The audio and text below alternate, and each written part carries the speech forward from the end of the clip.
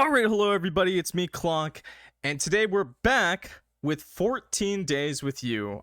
This is the Day 4 update, and I did have to delete my save, so I'm going to be skipping through some stuff. But first, I'd like to go through the warning again, just for anybody here.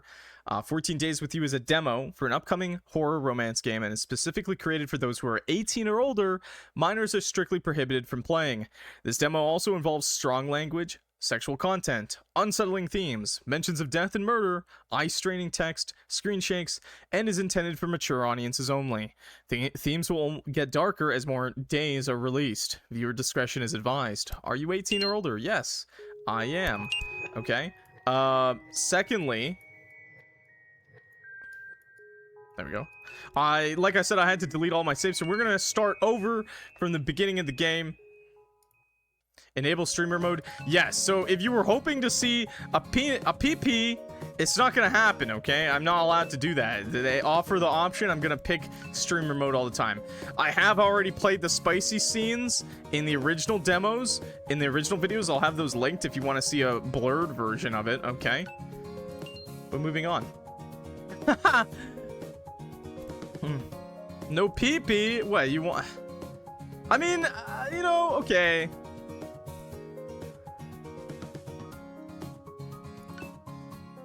Chat, should I do it? I actually don't think there's any PP. I don't think there's any PP in this game. Should we do it though? No balls. No balls! Okay, I'll just blur it. Fuck you, I'll just blur it. Angel. No. Here, this time we'll play as chat, okay, chat? And we'll be they, them. Enable the 18 plus scenes. Bust preference. How would you describe your busts? Breasts. How would you describe your feminine? Your vagina. Yay! Chat! Why are you so weird right now, chat? I guess we'll play as you and we'll play as a girl, okay? Because I'm pretty sure the writing for this is pretty much made for a girl. I'm still gonna be blurring this, so YouTube, don't get too excited, okay? Let's move on. Chat, you're back.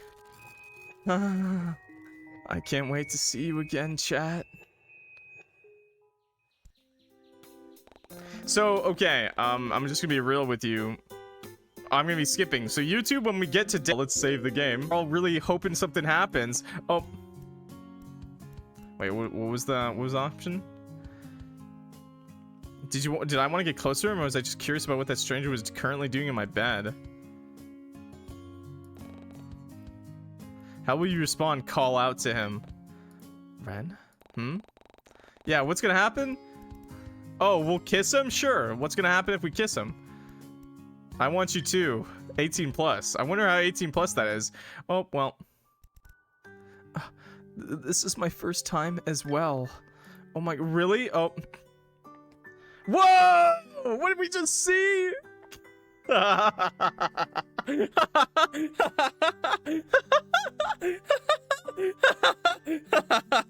I told you guys we were seeing. If you want to see that, check out episode 1, okay? Because I already saw that. We already read the whole thing. Yeah, what was that? Would you like to? Yeah, I would like to save my progress. Okay, next. Yeah. Oh, there it is. There you go, Chad. You like this? Oh man, he's so hot. Ren. Oh man, you can see all of this in the previous episodes, okay? Wait for Ren. We'll wait for him. We can go to my apartment. We can go to your apartment. Yeah, let's go to yours. Just a towel? Is it Egyptian? Don't you have any friends? Don't you have any friends, bro? Oh, that's weird. Wait, what is that? Is that new? I don't know. Spend the night. Spend the night. Spend the night. Wait, what was that? Did I really want to stay the night at Ren's place? Guess I did. Couldn't really remember otherwise. I guess I could stay the night. Oh, you want me to stay? Once again, we're just trying to get to the next day, okay? We're on day 2. We want to get to day 4, okay? Sleep in your bed. Who the fuck is calling me? Dude, I'm getting a call now? Who the hell is this?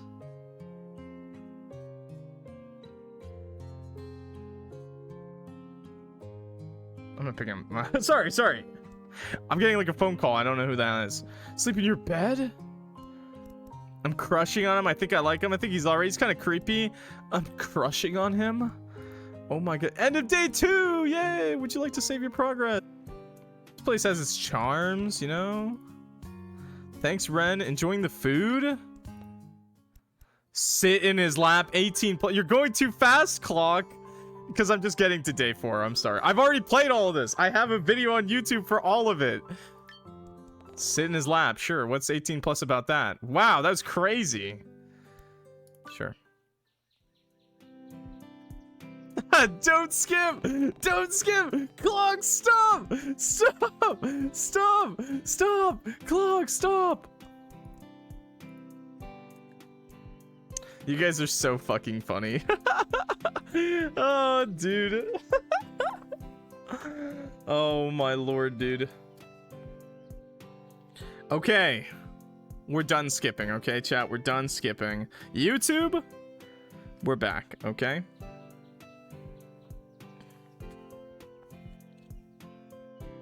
The spicy scenes, thinking they were gonna get to see it on stream when they didn't. If you do want to see the spicy scenes from day 1 to 3 that I did get, you can go check out my first and second videos on YouTube. I think the spicy scenes are all in the second video of day 3. But yeah, I'll leave a link to that in the description below. Plus, at the end of the video and at the card, I'll have the playlist linked. Okay? Secondly, just a quick recap. I know it's been like almost a year since I played this last. I did not stare at anything. So this is Ren, our newly met boyfriend. We work at a library, if I remember correctly, because I did skip through the story again. I didn't read it. We work at a library. We met him. He was watching us. He reminds us a lot of our favorite anime character, almost exactly like our favorite anime character, and he seems to know a lot about us, chat. In this route that I've chosen, we've chosen to hang out with him and do the deed a couple times, if you know what I'm saying. And currently we should be heading out to hang out with our ex and friends on a double date of some kind without our boyfriend Ren. Okay? So, oh yeah, also Ren has been quite overprotective, and also he's also a programmer, and the game keeps glitching out for some reason. I don't know why. And everyone Ren talks to when I'm not around seems to leave, / disappear, / he threatens them. I don't know, maybe not, maybe I'm just wrong, you know? Maybe I'm misremembering. Anyways, moving on. Now to start day 4. Rainbow bandages, a red tunnel, blue eyes. That's all I can seem to recall from my dream as the glaring bzz bzz bzz of my alarm pulls me from my slumber. Almost groggily, I reach for my phone to turn it off and flop back into my bed. Curious, I glance at the screen to check the time, only to get blinded by the brightness of my wallpaper. Ugh. Wincing at the bright screen that practically flashbangs me, I crack open one eye to read the numbers on the screen. 9:05 a.m. So it wasn't too early then. Still had plenty of time to get ready for the day and possibly make some waffles for breakfast. The batter would expire soon anyway, and I didn't really feel like visiting the bakery this morning. The batter would expire? You have pre-made waffle batter ready to go? That's kind of based, actually. I just make it. I literally made waffles today, actually. On the spot. Wow, I didn't realize you could do that. And you could easily just put it in like a bottle or something. Wow. Blowing my mind right now. With that plan in mind, I let out a sleepy groan and roll out of bed. Muscle memory kicks in and my immediate reaction is to open the blinds for some much needed sunshine. But when I glance at my windows, they were already pulled back.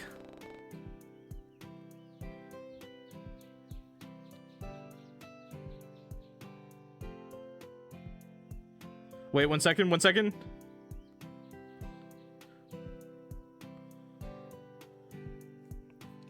Sunlight had been pouring into my room for who knows how long. I didn't even notice. When did I open them? Did Ren open them? And wait, did he leave? I knew firsthand that he liked to wake up early, yet even after straining my ears, I couldn't hear him rattling about in my lounge room.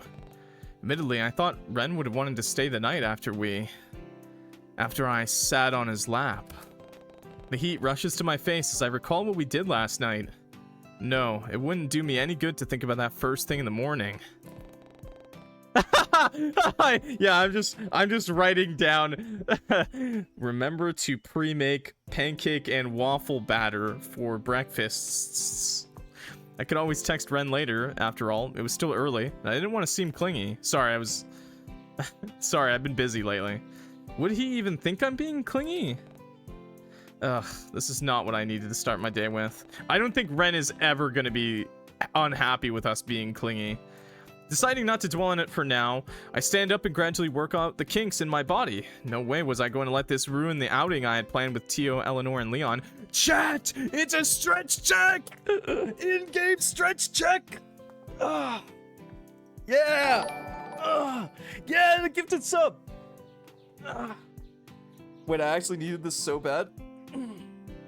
That's a good stretch. Thank you so much, video game. You guys should all stretch it out too, man. Make sure you're really wiggling, okay? Oh. Okay. Oh yeah, I almost forgot. We were supposed to go to the aquarium today. With that in mind, I make a mental note to dress appropriately as I walk over to my closet. Absent-mindedly, I run my fingers across some of my clothes before pulling something edgy from the rack. My usual style has never let me down before, so I decide to stick with the theme, wear something similar. Pick out a few more matching pieces and accessories before giving them all a cursory glance. Feeling satisfied with the items I chose, I nod in approval before heading to the bathroom to change. The stretch I just stretched! I just did a huge stretch. I doubt the hot water would work this early in the morning, so having a nice, refreshing shower was definitely out of the question. Well, not that it really mattered, I still needed to buy some more shampoo anyway, and... Oh? Strange. Was my toothbrush holder always this solid black color? I could have sworn it was gray.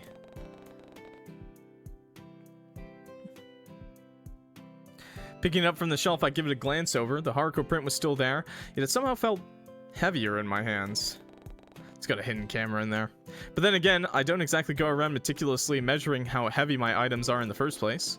Jeez, today was seriously a day of overthinking, huh? Well, whatever. Putting the holder back on the shelf, I focus my attention back on the reflection of myself in the mirror and give an appreciative nod. He snuck a camera in, yeah. For sure. For sure, he's a perv. The outfit I chose looked perfect. Once I put everything on, all I'd have left to decide on is how I should style my hair. What should I do? How will you respond? This is all you, chat. What's your hair length? What do you guys want to be? Okay. Dude, really? Bum lion! Okay. YouTube. I don't even think we were a PNG tuber during this. We're a bun. Okay, we're gonna be a bun boy for the playthrough for day 4. What's your choices, chat? Long?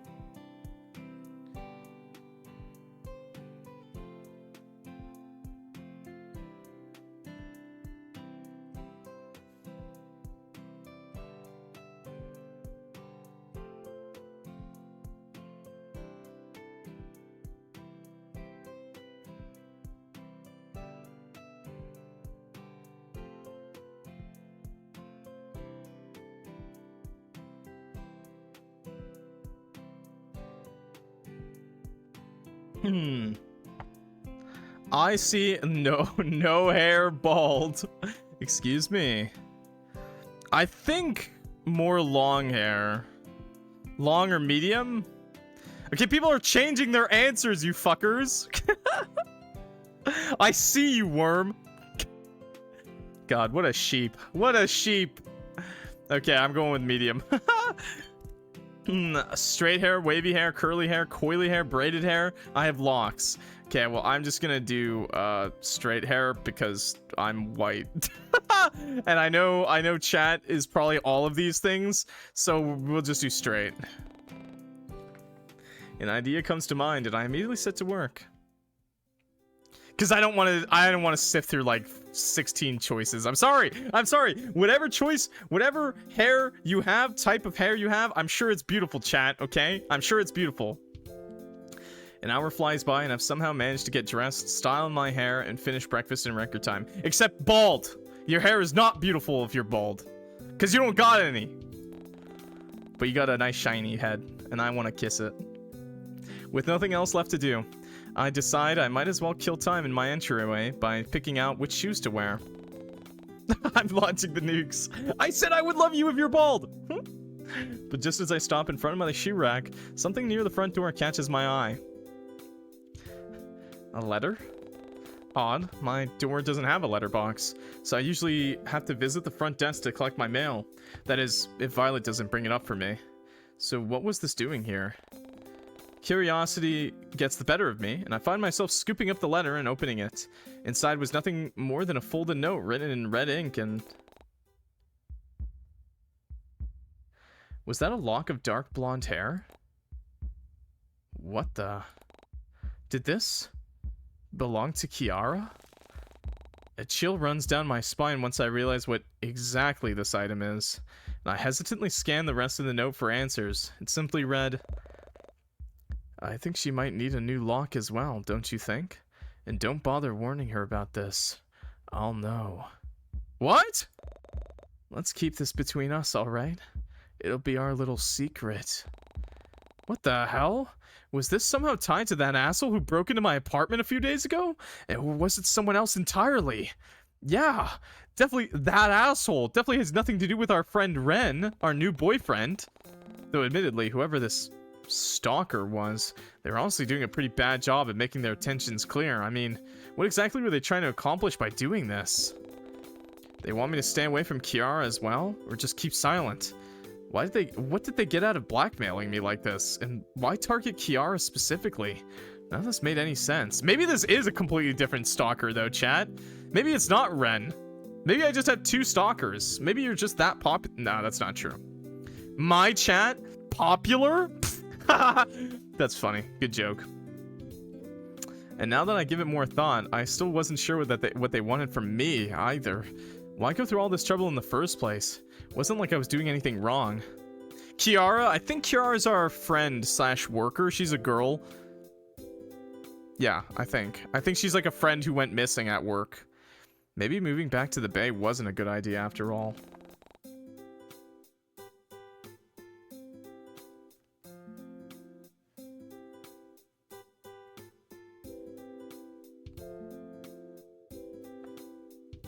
I mean, I left the hardships and turmoil of the city behind for a reason. Chat. Okay, if it's the cat, if this is the cat in the game, if this is Twitch cat, then yes. Yes, chat, you're super popular. All the girls love you. All the girls can't resist themselves from winding up with chat. I wanted fresh air, new faces, and a more easygoing lifestyle. Things I'd never get in the city. Now it seems like history is only repeating itself once more. I thought I could live a peaceful life here with my new job and friends, and now I've somehow found myself in more trouble than I could ever ask for. What's worse is that after denying my own paranoia for so long, this was all it took to convince me that my potential intruder really was real after all. Shit, maybe Violet was right.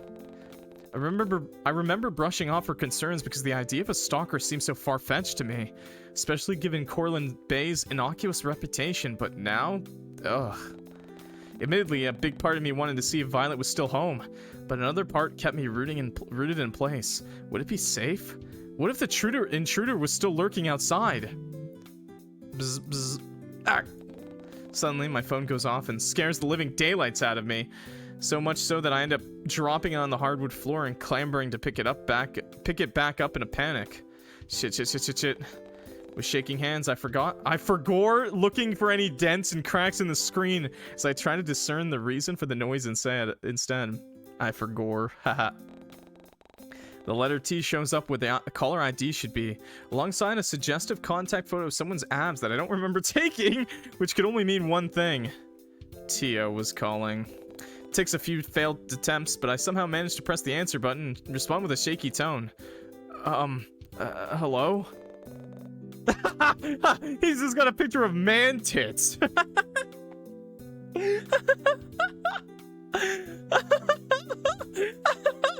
That's Riz, chat. You know how women always say, so women don't want unsolicited D pics, okay? Women want solicited chesticles, okay? Big chesties. Man chesticles, okay? Man chest titties, okay? Man titties. All of the above. That's what women want. Guaranteed. Okay, chat? Teo is also our ex, by the way. Notice how I said solicited, by the way, still. Clock, why do you know this? Hey, yo. Hey, yo, Clock's got some riz, okay? Clock is not a virgin. And I'm straight. And Ginger's a little freaky, okay? She's not here right now to bonk me on the head if I say anything weird. I'm uncontrolled. I'm not on the leash today, chat. I'm unleashed. Well, damn, doll. You sound like you just woke up. Ow! Not planning on sleeping in, are you? What? No, Good, because I'm outside your apartment right now. Your neighborhood looks like shit, by the way. Smells like it too. By the way, unrelated, but I just shit in the corner of your hallway. Did you seriously call me just to make fun of where I live? I called to tell you to hurry up, unless you want to walk to the aquarium. In fact, maybe I should just... Ah, damn it. Well, if it isn't little Miss Priss all by her lonesome. Oops, she looks mad. Teo's voice practically oozes smugness as he taunts whoever it is he's talking to, most likely Violet, before I hear him adjust the phone and continue speaking. Oi, a doll face. Hurry up, won't ya? Check your DMs, Clock. I've not sent you shit. He hangs up before I can mutter out a response. But still, knowing that Teo was downstairs somehow gives me the confidence to leave the safety of my home, though not before committing the state of my apartment to memory and triple checking my lock. Maybe Teo's the intruder. I've half a mind to quickly snap photos of everything to see if anything was touched in my absence, but I doubt I'd have enough time. Still, if my stalker does decide to come back again, I'd want to know. But now that I'm thinking about photos, this gives me the perfect opportunity to splurge on some security cameras. I've been needing them for quite some time now anyway. Chat, I actually have a security camera. I've never had to worry about a break-in. I live in Canada. I'm fortunate like that. I mean, okay, scratch that. I've had a very tumultuous life, but I live in Canada and where I'm at right now is really safe. And I'm pretty sure if someone tried to break in my house where I live, it'd probably go something like, hey, could you leave my house? And then they'd be like, oh, sorry about that, bud. Do you mind if I just take this here candlestick? And I'd be like, sure, man, sure. And then he'd be like, thanks, bud. Actually, no, the closest that happened was someone broke into my car, and, I think they broke into the car, and they just left after we told them to leave. Dude, that's where I live in Canada, okay? That's kind of Canada. With all this talk of violent crimes, dead bodies, and murder happening on the news lately, and now this intruder, I figured it'd be better to be safe than sorry. Anyways, I have cameras. To finish that sentence, I have cameras. And it's just for my cat. We just watch our cats during the day. Like, we're at work, and I'll just be like, cat cam, heh. So, deciding to let Teo suffer, even just a little bit, at the hands of Violet, I pull out my phone to scroll through some home security bundles on sale as I make my way towards the lobby. Teo ended up being uncharacteristically quiet throughout the drive, and if I were being honest, I appreciated the silence. It was definitely odd not having our typical playful banter, but it also wasn't something I needed first thing in the morning. He also doesn't seem in the mood to be disturbed, given how he clenches the wheel with one hand while the other supports his head against the window ledge like some kind of angsty teen. So I try to settle further into the admittedly comfy seat of his luxury car and focus my attention on the scenery as it passes by. It isn't long before the aquarium comes into view as Teo looks around for a decent place to park. We must have picked a busy day to visit, considering the amount of cars parked both outside and in the reserved parking area, though Teo seemed to have somewhere in mind. I watch as he drives straight past a very clearly labeled no-go zone and pulls up into one of the empty spaces without so much as a reaction. Hydrate check. Better be drinking water, chat. Why did he do that? Why would you do that? He doesn't even wait for me to get out before he opens his door and walks to the front of the car. Not wanting to be left behind, I quickly follow suit. Teo. I was about to question whether he was allowed to park in the employee zone in the first place, but given how he shamelessly pulls down one of the warning signs and tosses it into the bush, I figured that was my answer. It doesn't take long before he's right by my side once more and ushers me towards the front entrance. Wow, is this a Giga Chad, dude? Did he really just do that? Warning, not to me it isn't. Throws it aside. Chad, not a good one, but yeah, I can clearly see he's not a good Chad. Oh my lord. Wow, okay. Kind of Giga Chad though, I'm not gonna lie. I almost stumble over my feet as Teo pulls me along, but not before almost bowling him over as he abruptly stops in front of me. Look at that. Almost like a loyal dog, isn't he? Glancing in the direction he was pointing, I see Leon sitting on one of the benches as he absentmindedly watches people go by. Oh my god, I forgot they're like Australian or something, and I remember in the original playthrough I did an accent. Oh god. Once he catches sight of us, he immediately leaps to his feet and rushes over with a wave and a warm smile. It's a good thing he doesn't bite. At that snarky comment, I nudge Teo with my elbow and send him an eye roll. I doubt he takes any notice of it though, since Leon's arrival takes up all of our attention. Heyo! Heyo, you look good, sunfish. You're not so bad yourself, oarfish. Hello, I'm here too. Elanor hasn't arrived yet. Scoffing at our playful dismissal, Teo cracks a joint in his neck and crosses his tattooed arms. However, he doesn't seem to stray from his spot, which meant that he still had an interest in our conversation. What the Sigma? At his almost childlike reaction, Leon shoots his friend a cheeky, lopsided smile before continuing. I'm sure she's on her way. She said something about wanting to get her steps in our group chat. Is that why she didn't want Teo picking her up? And actually, I don't know if you realized, but you guys were 15 minutes early. Really? No thanks to Teo's speeding, I guess. What about you? I'm guessing you had to walk all the way here, right? Haha! There's nothing wrong with getting a bit of exercise in the morning. I'm sure Elanor would agree. I just got here, actually. Really? Because it looks like you were sitting on that bench for a while. I just sat down. Long enough to stretch your legs, huh? Okay, yeah, so maybe I did arrive half an hour early. But I was excited. It's been a while since I've been to the aquarium. Even longer since you've seen Dollface over here, I bet. Huh? Can you blame me? We've been separated for years. Now we're finally reunited again. Must be fate. No. Destiny. Oh. That's too cringe, dude. You're right in front of the Giga Chad. That's manliness. If you can spew cringe lines like that to a woman you're not even dating in front of someone who's like Giga Chad, way more like buff in front of you, you are a Giga Chad. Leon, you're a Giga Chad. That's based. Playing along with Leon's dramatics, I lean against his side and clutch at the spot above my heart. It's written in the stars. You guys are genuinely so embarrassing. We just cringed him out. Hearing Teo huff once more, Leon and I both watch as he tries to distance himself by looking at the posters on the wall. We need Australia. No, I can't do it. No doubt feigning interest in it, it wasn't like Teo really cared much for marine life.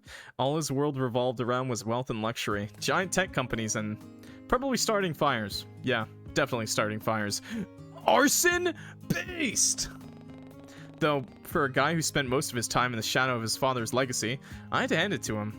Teo was seemingly more down-to-earth than other people I've met. He didn't have to spend time with us, but he did. As much as he'd often joke about not wanting to affiliate himself with people outside his tax bracket, Teo sure seemed to like hanging out with Jay, Leon, and me. I wonder, does he ever feel lonely? Before my thoughts can delve any further, I feel a gentle nudge at my side. Looking to my left, I see Leon peering at me with a curious expression. You know, I'm really glad you came, but I'm also honestly surprised you agreed to this. Surprised? What do you mean? Well, you know, is Ren okay with this? Ren? The guy we met at the pier the other day. He said something about being your boyfriend. How will you respond? Oh, right. The guy I've been sleeping with for the last 3 nights? I guess I'll save this. I guess this will probably give me a pretty different ending, so... Oh, I've been saving on 6. That's hilarious. We'll say he's my boyfriend for now. Whether or not it was because I wanted to stake my claim over Ren, or because he confidently declared himself as my boyfriend a few days ago, couldn't help but let it slip. But Leon seems to pick up on the hesitance laced within my words, given how he inquisitively tilts his head and sends me a reassuring smile. Haha, is this still a new thing for you? I'm sure calling someone your boyfriend must take some time to get used to. Take things at your own pace. It was strange hearing this kind of advice from Leon, especially after practically lying to him, but I wasn't gonna say anything. We've been friends for so long, yet the topic of dating had never seemed to come up between us, much less something more extreme like settling down or getting married. At that, I recalled a fond memory from my youth. What am I, fucking 75? A younger version of ourselves greets me as they innocently play a game of pretend on the playground. I can see Leon in all his boyish charm as he promises to marry me from atop the slide, before he slides down it and runs to my side in glee. Shit, now you're making me remember my cringe moments as a child. Oh no, Chad, oh no. I had that, by the way. I did have a childhood friend. Did everyone have that? A childhood friend of the opposite gender? And you're like when you were kids, like you would say like really cringe stuff to each other, like we're gonna get married when we're older and shit. And like your parents would like fucking say shit like, oh, they're so cute together, they'll be together forever, and like stuff like that. They like your parents and their parents would like always say stuff like that, and it got so weird. But then eventually one of you moves away. Nope. No, I scared all the boys away. Dies in cringe due to childhood cringe. Is the same gender for me. Same gender is fine. Same gender is fine. That's nothing wrong with that. Yes. I also didn't know I was gay then, though. That's funny. Nice. Actually, kinda. No, I looked like a girl when I was... Nope, I just had siblings. Lots and lots.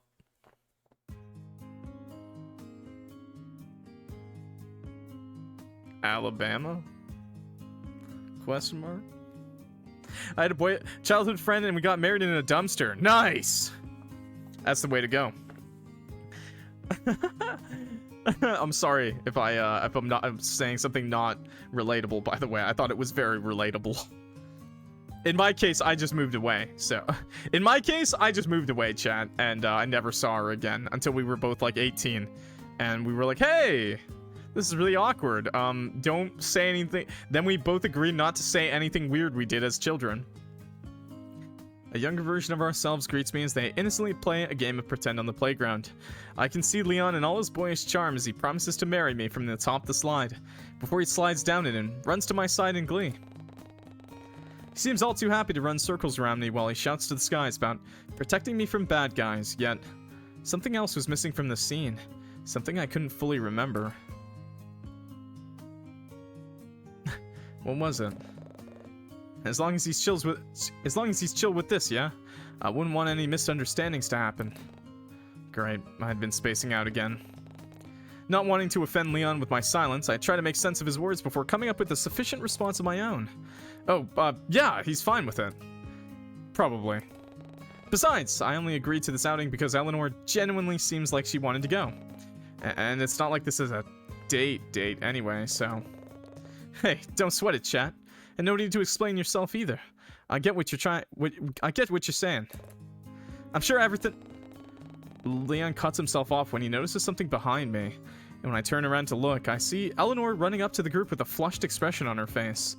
But as she draws near, she clumsily trips on a stray piece of cobble and tumbles forward. Ah! Wait, did he just shove him? Without thinking, I lurch forward to close the gap between us, but Teo's muscular arm beats me to it. Almost effortlessly, he reaches out to catch her. Almost like those cliche romance movies, except not at all, because Teo was allergic to anything romantic.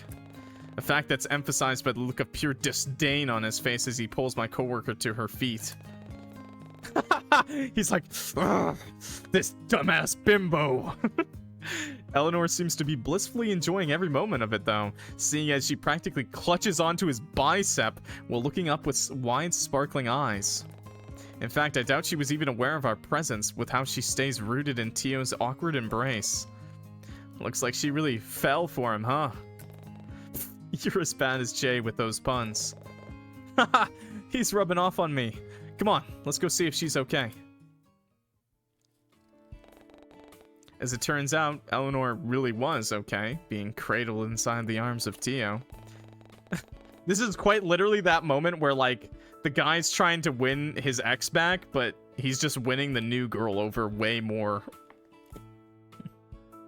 But the moment only lasts until Leon and I rejoin the group with a knowing smile on our faces. Teo aptly chooses not to say anything, and out of solidarity, or perhaps future blackmail, neither do we. Soon enough, we all find ourselves waiting in line to buy admission tickets. Elanor happily takes photos of us while Teo scrolls through his phone, and Leon stands behind me to look at all the colorful fish in the small tanks. I'm not gonna lie though, chat. You're picking chat over Elanor, Teo? What are you doing? She's beautiful! Sorry, chat. I don't mean to diss you, but like, you guys got honka honkas that big? Chat, you got honka honkas that big? Okay? She's a full package. She's like working at a library, so she's smart. She probably reads a lot. She's got huge honka honka-ers. She's got curves. No, but I can pretend.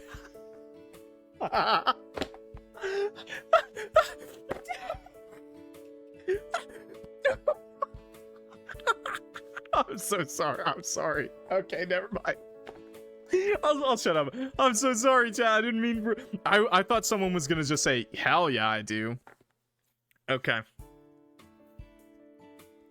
Okay. Sorry, that was really funny. I didn't mean to make anyone, get rid of me honka honkas.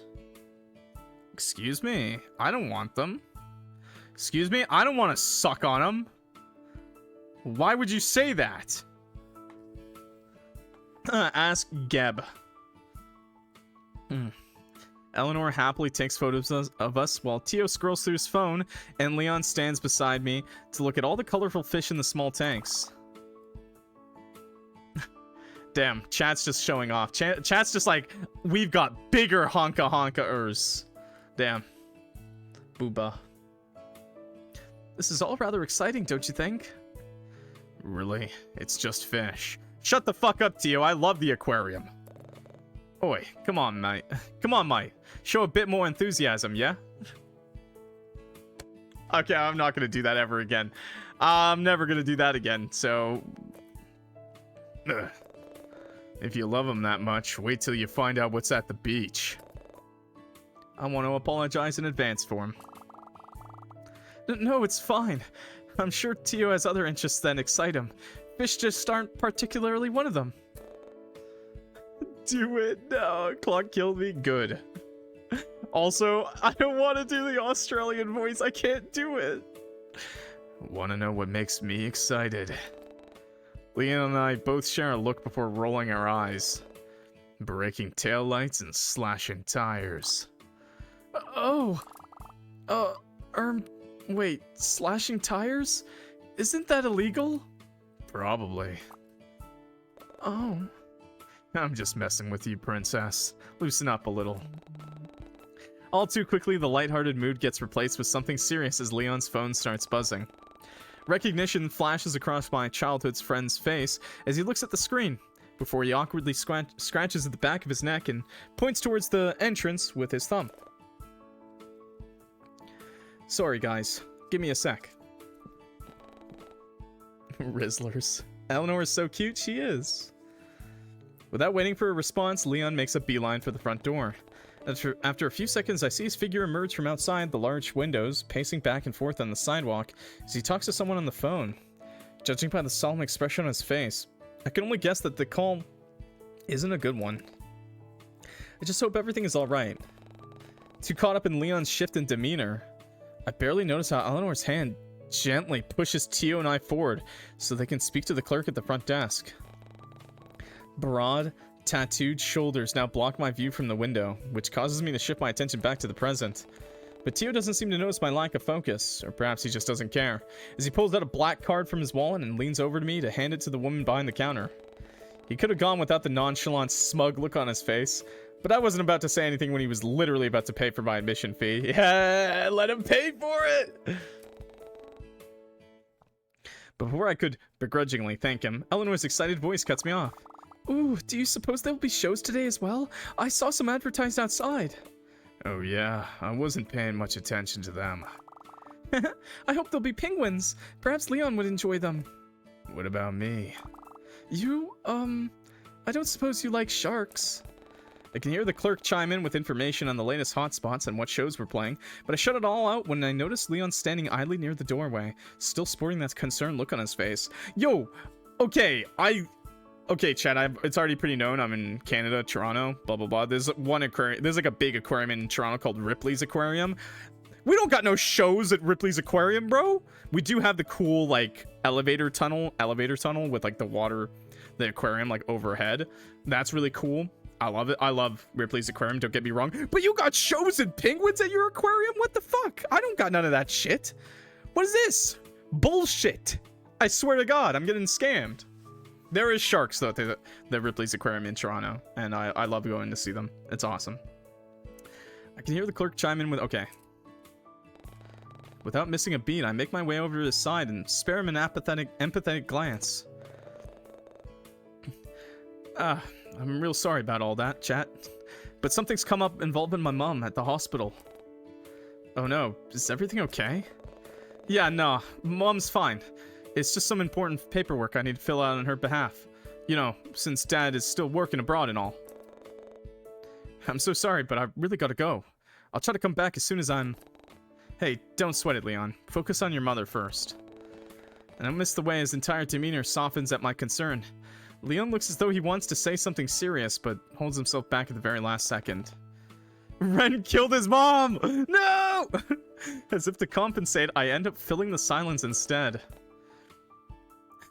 Ran off abroad? More like ran off with abroad. I'm sure I can survive third wheeling Teo and Eleanor's date alone. Jeez, I really owe you one. Actually, you know what? Here. Before I can refuse, Leon shoves a stack of small bills into my palm and closes his hands around it. Hey, you don't have to. Besides, Teo already paid for everything just now. Nah, I won't be hearing anything from you. If you won't accept it, then spend it all on something for me instead, yeah? Go to town in the souvenir shop. See if they have any sunfish merch in there. Alright. Thank you, Leon. That's actually pretty sweet. No worries, doll. No worries, doll. But I really gotta go now, though. I'll tell Mom you said hi. Leon turns on his heel before I have the chance to respond, so he completely misses me waving him off. In his rush, he almost knocks someone over, but he quickly helps them regain their footing and apologizes before speeding off once more. Man, I sure hope everything is okay with his mother. But before I can dwell on it any longer, the sweet melody of Eleanor's laughter pulls me up from my thoughts, and I turn back towards the group. I notice that Teo and Elanor are now standing by the entrance, which also happened to double as a massive underwater tunnel, all while pointing to a school of fish swimming over their heads. Yeah, that is like the coolest thing at the aquariums, man. This is awesome to see those. When Elanor notices my presence, she happily waves me before her attention shifts towards the door behind me, no doubt expecting to see Leon walk back in and join us. Look how happy she is. It made sense considering how they missed his departure, but she snaps out of her curious daze the moment Teo brushes a hand against her back to move her out of the way of a family passing by. But what truly shocks me is that he doesn't seem to move his hand. Instead, Teo leaves it there as he steps closer and blocks my coworker from my view. What? He meets my gaze with an intense, unreadable expression, and I can't help but look away.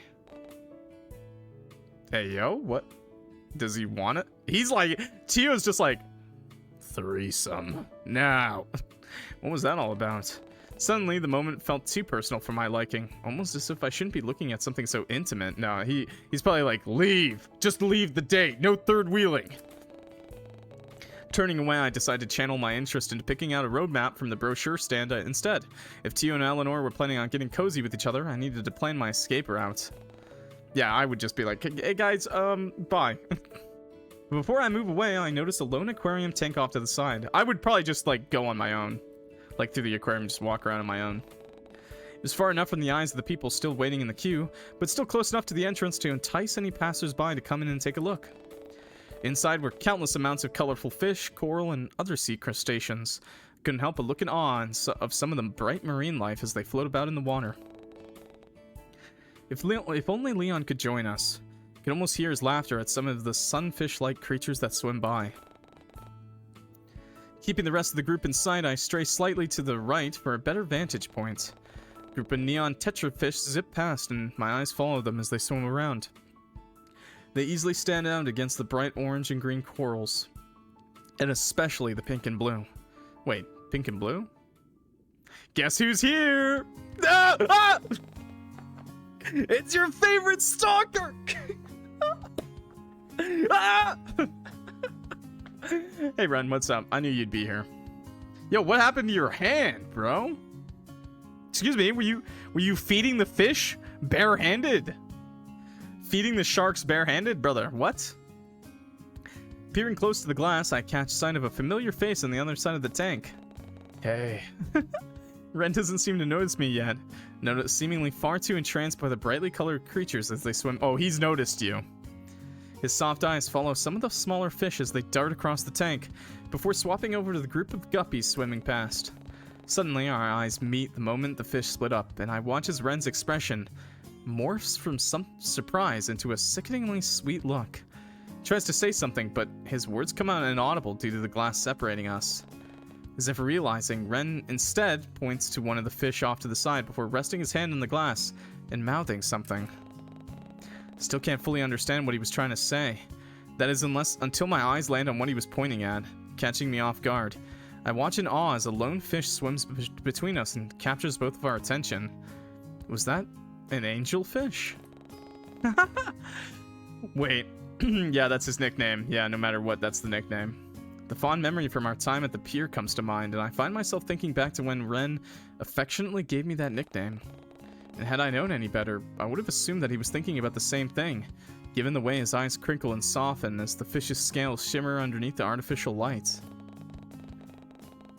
Too absorbed in how picturesque this all looked, I completely missed Ren's swift departure. That is, until he's rounding the corner of the fish tank, taking his place by my side. Thank you for the gifted sub. Much appreciated, Queen Puppy Cat. Seriously, thank you. Hi, chat. Oh, hey you. Fancy meeting you here.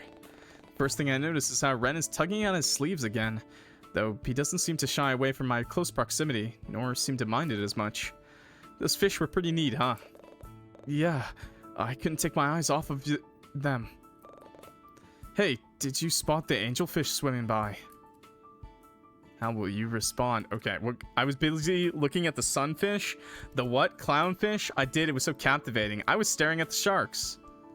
I feel like this might be kind of important, but, wait, what did he say? The angelfish. I did. It was so captivating. I was staring at the sharks.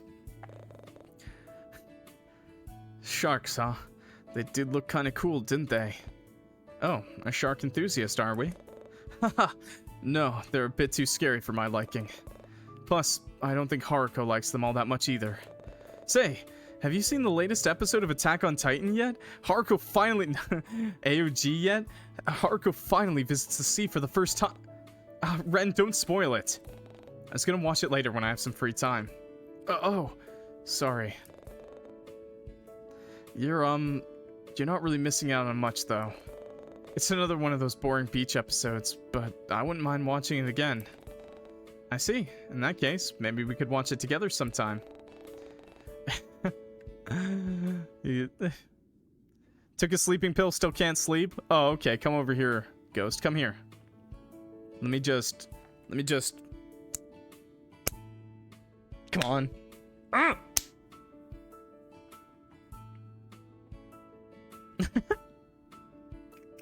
Are you asleep yet? I was just petting her head. Definitely not beating her. Ren's response is almost comical. He immediately straightens his posture with such an exaggerated motion that I find it hard not to laugh.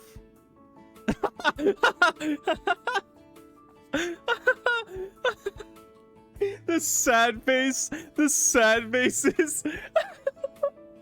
Are you sleeping me with your peanuts? Sleeping me with your peanuts? Oh, are you one of the type of people that get really tired after sex? Reasonable. But, no, I'm not really that type. I was not going to do that. I meant I was going to hit you over the head with a hammer. But, that sounds a lot nicer. I won't lie. You want to... With me? Just the two of us. Slapping? Damn it. Okay, I'm not slapping you with the peanuts either. That's too kinky. Ugh. Chat, stop telling me your kinks, okay? Sure. Unless you know someone else who might be interested. No. I watch as Ren's cheeks flush a deep shade of red before he whips his head around, almost smacks it into the glass in the process, as he feigns interest in the fish once more. Though I can tell he was genuinely feeling embarrassed with how bright his cheeks are. It was honestly cute. Still, now that Ren was right in front of me, I couldn't help but wonder why he was here in the first place. You know, I wasn't expecting to run into you here. Oh, if anyone needs a quick recap, we were supposed to go on a double date with friends, like a friend date, like just for friends, to the aquarium, and my friend, Leon, my date, quotation marks, had to leave early, and our really cute 4-day-long boyfriend just happened to be at the aquarium. You know, just happened to be at the aquarium, ready to take his spot. Not odd at all. Oh, really? Yeah, no offense, but you don't really seem like an aquarium guy. What do you mean? Is that so? What do you mean? He literally looks like a nerd. What do you mean? I wear that fit, and I love the aquarium. What are you saying? Although my hair isn't pink and blue, it's just black. I didn't have any plans for today, so I figured I'd do a bit of under-the-sea sightseeing to pass the time. Plus, I finished the book you recommended the other week. The one about the underwater city. I guess it inspired me to come here. Really? Did you like it? What did you think about it? I enjoyed it, especially the part where... Oh, say, look at that. Ren isn't shy about how he leans over my shoulder to point at something outside my peripheral vision. Follow his finger and between the driftwood and coral, I spot Elanor and Teo standing awfully close together. I don't miss the way Teo sizes up Ren, even from a distance, before he tears his gaze away from us with an inaudible scoff. He's upset he's not getting that threesome. Femboy... That's not a femboy fit! It's just a hood. It's just a... Not even a hoodie. This is just a pullover sweater. I've actually started really enjoying pullover sweaters, like, lately. I got, like, but I don't wear, like, such bright colors, I'm not gonna lie. No, it's not. I don't wear necklaces, either. I have a necklace. I don't like wearing necklaces. I do, however, always wear a watch, like, everywhere I go. And I used to walk around with a pocket watch instead, but, I have a nicer watch now, so... A surprised sound escapes the back of my throat as I watch. Teo unabashedly run a hand down my coworker's side. Also, I don't really wear a sweater on top of a sweater. I usually wear a, if I wear those, I wear a dress shirt underneath. The surprised sound escapes the back of my throat as I watch Teo unabashedly run a hand down my coworker's side. But what truly shocks me is the way Elanor boldly grabs his arm and loops her hand around it. Also, I'd like to say, Ginger calls me a fucking nerd when I wear that stuff, okay? She does not call me a femboy. She calls me a fucking geek. She fucking hits me hard with that. It's really funny because I'll look like full nerd, full geek mode, or full alternative. There's no in between. No way. That's, wow, I honestly didn't know she had it in her. While her confidence shocked me, it also sparked a bout of curiosity inside of me as well. Even though we all established that this wasn't an actual date, Elanor still wanted to treat it like one. But now that I really think about it, isn't this similar to the date I shared with Ren at the pier as well? Next thing I know, I find my mind wandering to all the times I held Ren's hand as we walked along the boardwalk. Right now, it looked all too tempting with how it was casually resting against the glass. I could easily fit the palm of my hand in his, and I'm sure he wouldn't mind in the slightest if we were to reach out right now and... No, come on, chat. What were you thinking? Although... Come to think of it, wasn't I the one who initiated most of the hand-holding during the moments we spent together? Maybe he'd be okay with it after all. Should I? How will you respond, chat? Chat, do you want to hold his hand or not? Come on, please, give me the cutesy shit, come on. Chat, you hold his hand. Hold his fucking hand, chat.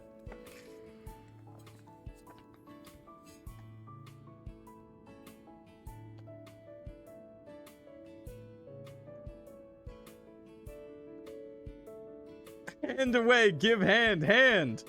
Okay, we're not giving him a fucking hand job, you sickos. I don't know him like that.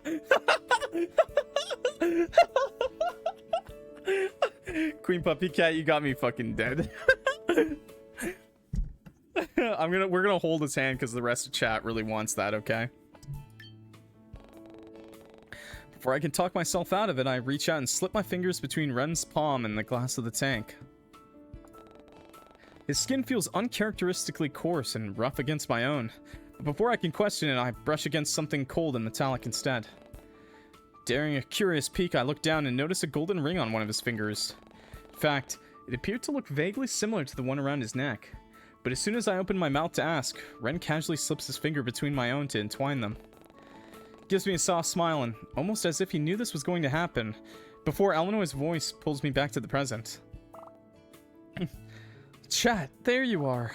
Why didn't you say anything earlier, Teo? Where'd pretty boy run off to? Princess over here said he had to leave earlier. And damn, if it isn't Buttercup. It's Ren, actually. I like how he's even bigger than he is, though, like, in terms of height. His build is also not too much smaller. The extra weight from his height would actually give him a pretty big advantage in a fight, but you never know. Those nails are gonna hurt, though, when you punch with them. Not this again. Before the two can have the chance to butt heads, I carefully step in and interrupt.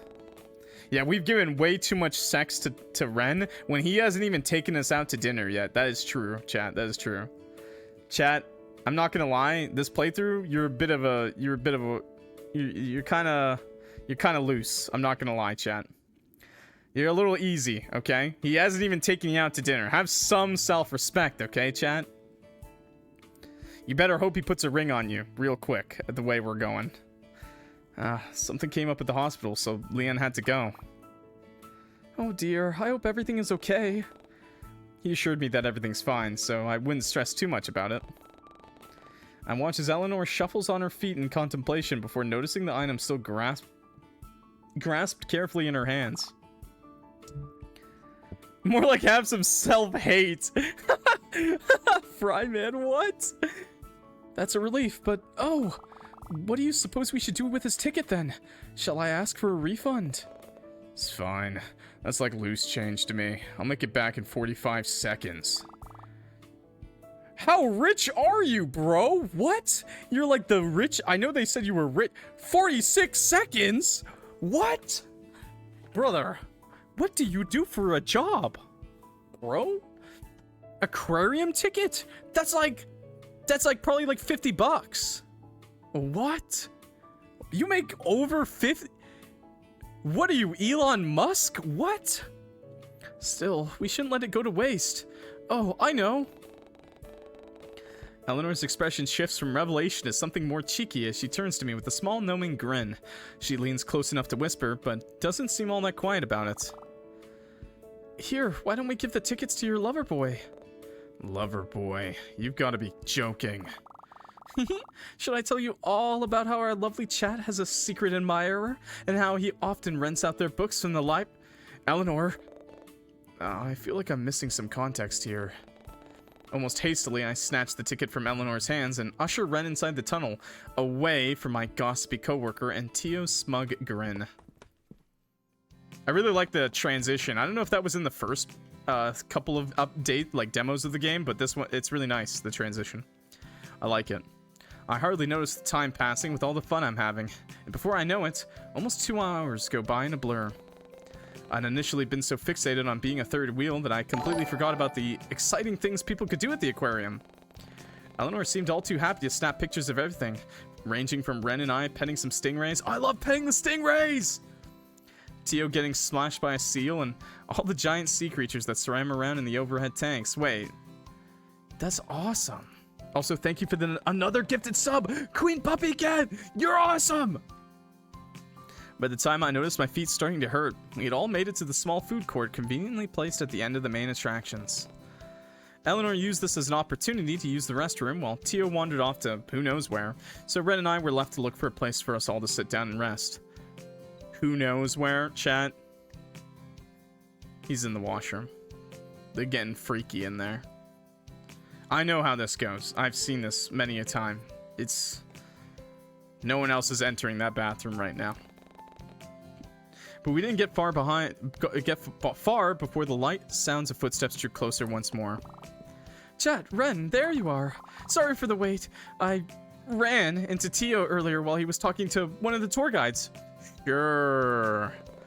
He's a friend, and I wanted to talk to him. You didn't need to wait for me. Oh, but you said you were lost and needed help with something urgent. Oh, come on, princess. No need to act coy. Surely people say the same thing to you at the library, right? Well, yes, I suppose they do, but I don't see what that has to do with me waiting for you. Or acting coy, for that matter. You're adorable when you're clueless. Oh, he was Wow! He was literally flirting with a worker there in front of her. Bro? You're on a date! You're a scumbag. You're a scumbag. Holy shit. Anyway, are either of you hungry yet? It's past noon, and I'm worried Teo won't put his pride aside and admit that he's hungry. Oh. Chat, I might have to wait a minute. Give me, like, 5 minutes. I have to step away, actually, like, IRL. Guess I'll be right back, okay? Back to the game. Don't worry about what chat is saying. Clock, your wife said you're a bottom. What is your reaction? Okay, 1, I don't have a wife. 2, I wish I had a wife. 3, I'm not a bottom. So it doesn't affect me whatsoever. Excuse me. Oh, am I wrong? I could have sworn I heard your stomach growling earlier. Now who's acting coy? First of all, when did they reunite without me noticing? And secondly, was Teo embarrassed? There's no way I was gonna let this opportunity pass. Oh, is the big baby hungry? Didn't eat breakfast this morning, did you? I did. Unlike you, I can afford to eat whatever I want. Though it came out blunt and harsh, I knew Teo was only joking. Then why don't I go and get us all something to eat? Any preferences? Allergies I should be made aware of? Why do you care, princess? You plotting to kill me or something? It's only natural to worry about the health of others. I wouldn't want to give you something you're allergic to. Besides, everyone deserves to be cared for. I'm just gonna ignore chat. You're weird. What was that? I said wasabi. I'm allergic to wasabi. Wasabi, huh?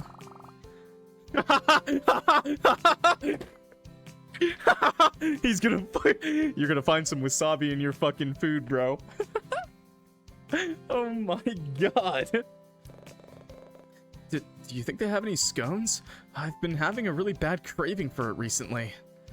Then in that case, I'll have a... Before I can voice my preferences, Teo cuts me off by pulling out his wallet and handing it to my coworker. Elanor takes it from him without complaint, but pairs it with a curious look and a slight tilt of their head.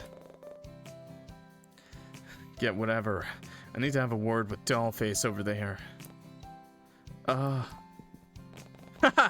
I don't get the chance to fully respond before Teo directs me towards the opening of the food court. Look how angry he is right now. But I barely get 3 steps away before I feel a gentle tug at my sleeve. Curious, I glance back only to find Ren spouting a pout on his soft features. Relax, Buttercup. You'll get them back in one piece. One piece.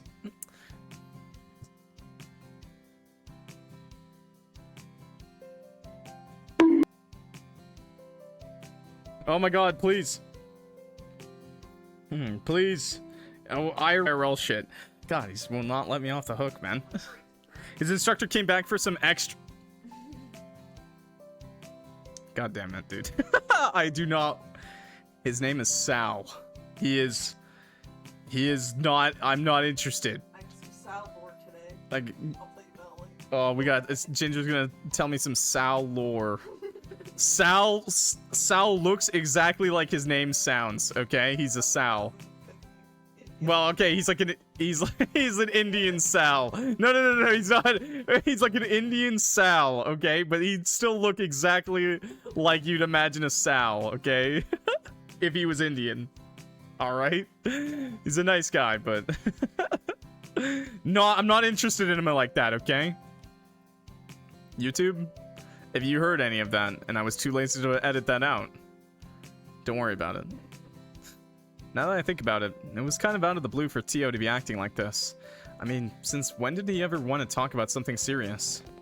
With that revelation in mind, I offer Ren a reassuring look and give his arm a comforting squeeze. I'm sure it'll only be a few minutes.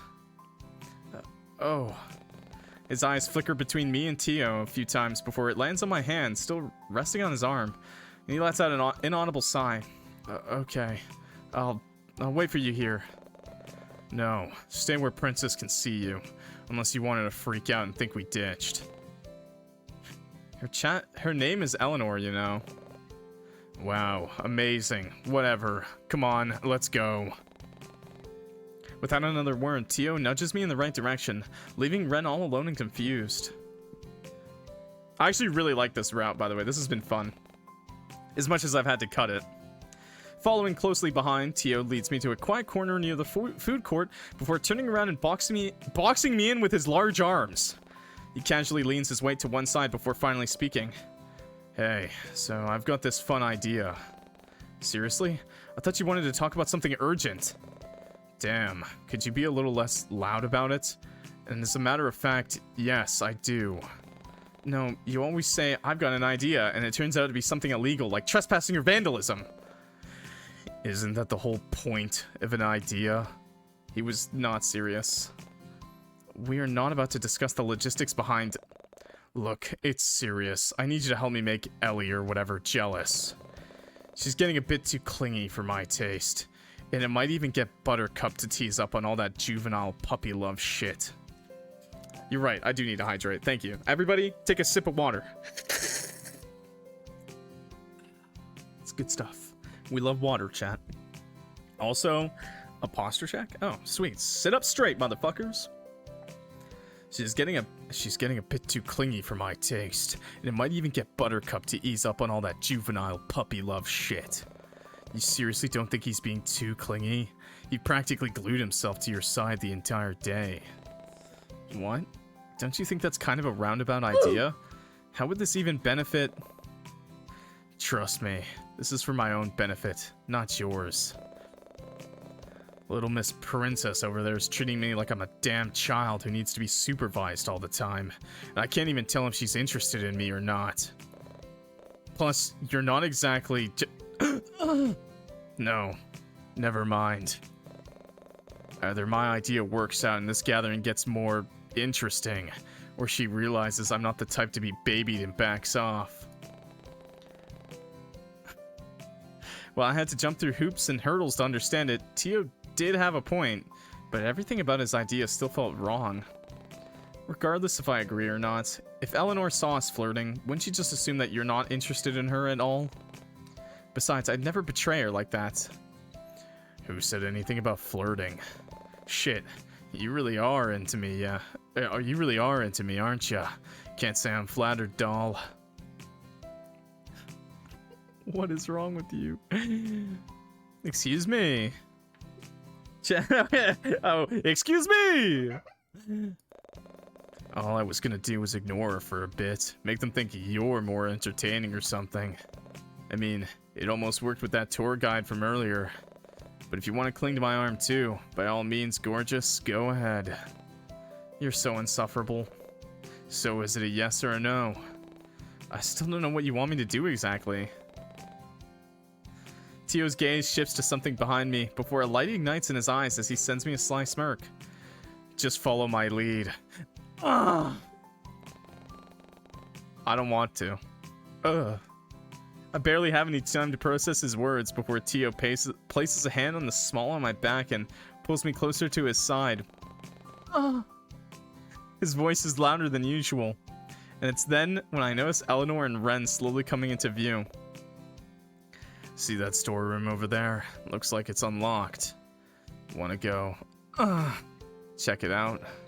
What are you... Come on, like you haven't been fooling around with Buttercup. I can practically smell him on you. Chat is also redeeming many moans right now, by the way, okay? They only did one. They did two! They did one earlier. One just All of a sudden, I feel my phone vibrate in my pockets, but just as I move to pull it out, Teo gives me a pointed look and I find myself stalling. How will you respond? Chat. Of course we're gonna go bang Teo. Like, what? I mean, come on. Come on. We have to, right? I know you guys are gonna be upset. YouTube, you get what you want, okay? Follow Teo inside the storeroom. With a wink, he leans closer and whispers against the shell of my ear. Smart choice, doll. One of Teo's large hands rests atop the... Ow! Atop the one holding my phone before he uses it to gently tug me along and shuts the door behind us. Oh, wait, what? Oh, too early, too early. Darkness envelops the both of us as I straighten. Ginger doesn't even like it and she just redeemed it. What the hell? No! Not more! You guys are sick. Darkness envelops the both of us as I strain to make out the sound of Teo's shuffling in order to pinpoint where he is. Did he just fart in here while I'm in here with him? Ugh, I seriously can't believe he roped me into doing this. This is my side. Don't cross that line. What line? The line I just drew with my fingers. Teo, I can barely see anything in here. Well, almost.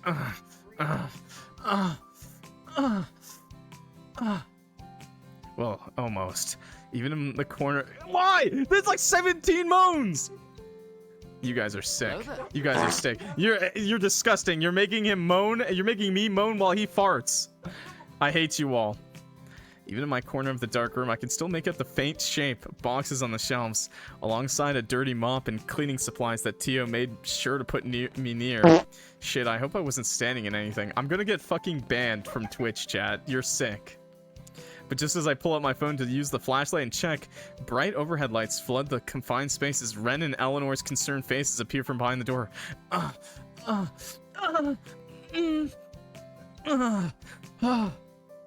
There. That's enough. That's enough. That's enough. That's enough moans.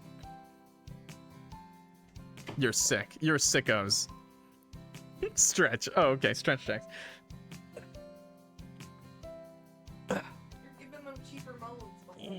That's not a moan, that's just a grunt. Well, that was quick. Ren wastes no time in shoving past Teo to reach for me, only to take his place by my side and pull me into his chest. This was worth it. Because of this, I could hardly see Eleanor's or Teo's reaction. Couldn't you talk to them outside? I can practically hear the venom dripping from Ren's tone as he harshly glares at Teo from over his shoulder. He's so jealous. Who goes into storerooms just to talk anyway? Talk about clingy. Well, whatever. I got what I wanted. I follow Teo's gaze as he takes in Eleanor's flushed expression before he throws an arm over her shoulder, takes the bag of food from their grasp, and guides her out of the closet. I can hear him mumble something about how adorable she looks with a pouting expression as the door shuts behind them. Damn. Bro's a player. Nothing but silence is left in their wake. Those weren't moans. They were more of a groan. You moaned like 3 times for everyone. I moaned a lot. Okay, chat. If you don't like the moans, move along. Find the next Clock Boy streamer that's gonna moan for you. They're just mad because they ran out of moans. Yeah, you're just mad because you ran out of moans. Nothing but silence is left in their wake, and then it's then that I notice that Ren is still in the closet with me. Peering down with an unreadable expression. Did he hurt you? Do anything strange? Posture check? Sit up straight, chat? No, Teo was just... I couldn't help but feel the need to explain myself. He just wanted a way to make Elanor jealous, so he suggested going into this closet with him. I swear, nothing happened. Do you like him? What? Do you like Teo? Why else would you agree to... Clarifying who he was talking about still didn't lessen the confusion bubbling in my brain. I can hear Ren's grasp tighten around the shelf behind me as he tries to find the right words to say. His breath comes out staggered now, and his gaze isn't any less intense. No, I actually... How will you respond? Why does it always do that? I always think it's really funny. Actually, I do like Teo. I think I like Elanor more. I like you the most, Ren. I couldn't care less about Teo. Wait, chat. This is kind of a litmus test, I guess. Which one do you pick, chat? This is you. I'll let you decide first, chat. We'll go back later, okay? No poll. Just see. Ren the most. Okay, Teo's gonna fucking die. He's Teo. Yeah. I mean, some people really like that kind of... I'm just gonna say this right now, and as fucked up as it is, I can't hate him. Oh, never mind. Yeah, exactly. I was gonna say, no matter how horrible of a person he is, there's just... For some people, that's just, you know... That's enough. But I like you the most, Ren. Wasabi. True. It's wasabi time. Churbumline did not forget, and neither did Ren. Ren lets out a shaky breath as his composure practically melts in front of me. His cheeks flush a deep red, and he looks down with intense, love-struck eyes before he closes them and rests his forehead against my own. But the action was fast, fleeting as his head eventually drops into the crook of my neck instead. His hands remain against the shelf behind me. Me? You really like me the most? Fuck. Sorry, I need a second. Ren? He doesn't seem to respond. Instead, he simply stays rooted in place while his breath fans against my shoulder. I can almost hear the wooden shelf creak as his grip tightens, before he pulls back with a determined glint in his eyes. As long as Teo didn't do anything to you, then... He's horny. No, he's not! You are sick. You're the horny one.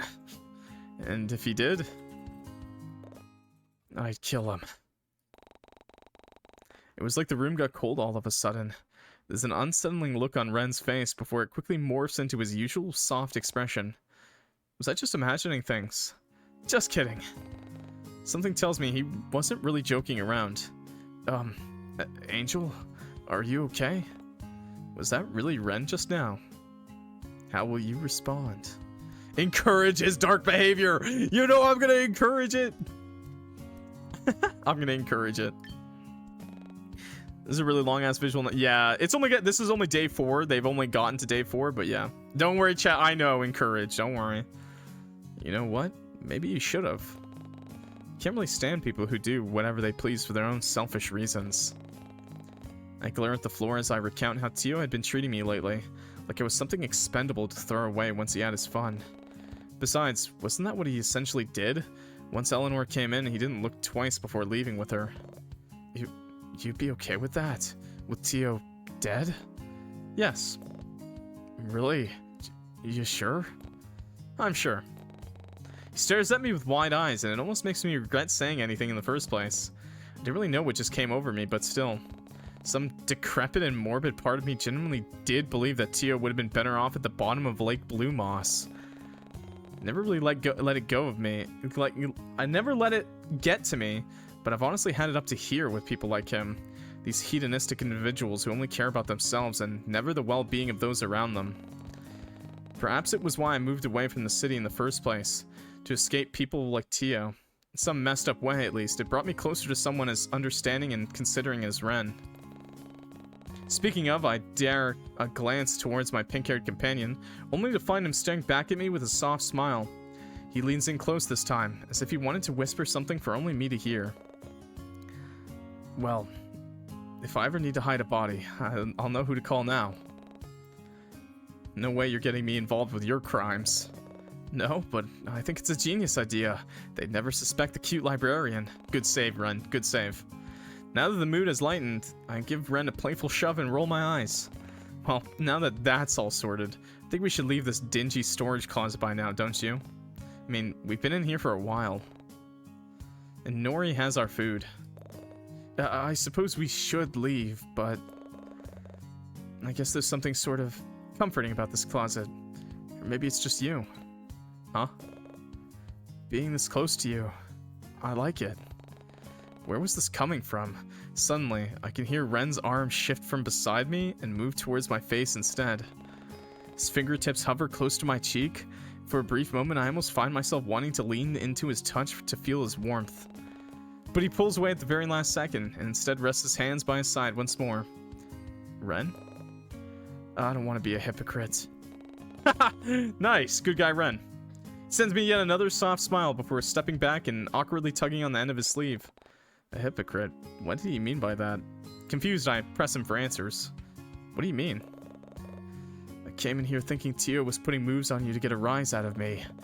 If I'm being honest, part of me wants to think that he's still outside, waiting for us to leave. I want to... Covers his mouth with his hand as he awkwardly shifts his weight from one foot to the other. Ren almost looks like he's weighing his options, and I can't tell if it's a winning or losing battle in his mind. All I can do is offer him a reassuring look to let him know he can speak more freely with me. I mean, we did just have a heart-to-heart about the appropriateness of murder a few minutes ago. I want to make him jealous too. Oh? I mean, I'm supposed to be paired up with you today, not him. He has no business trying to take you from me. Not like he could anyway. His words remind me of the day at the pier, when that pushy cashier kept trying to flirt with Ren. I won't lie and say that I hadn't been affected by it. It's hard not to be when being with Ren had been the most exciting things as of late, but I still had so many things I needed to discuss with him. What better place to start than here? About that, remember our time by the boardwalk the other day? Our date by the pier? Yeah, and how that cashier tried to... I'm not really sure what she was trying, but she seemed really cozy with you. Cozy? Did it come across that way? I thought I made my intentions with her clear. Confusion must have been written all over my face as Ren takes it upon himself to elaborate further. I may have threatened to push her down the staircase. Wow, he just really came out and said it. I really wouldn't do it though. Yes, you would. What? You really tried to threaten her? Yeah, but only because she tried to take me away from you. I never want to make you upset, or leave your side for that matter. We were having fun together. She had to come along and ruin it. Besides, whatever she had to show me downstairs probably wouldn't have been that interesting anyway. I let out a deep sigh and weigh Ren's words. Was he really telling me the truth? Oh yeah, he was. I swear, I'm not interested in her, Angel. In fact, I'm not really interested in anyone who isn't you. I guess I haven't really been forward enough with you, huh? In that case. I watch as Ren takes a tentative step towards me and reaches an arm out, but before I can feel the cool touch of his hand on my cheek, he seems to hesitate. But when I take my own step closer and lean my head into his hand, Ren's demeanor seems to melt instantly.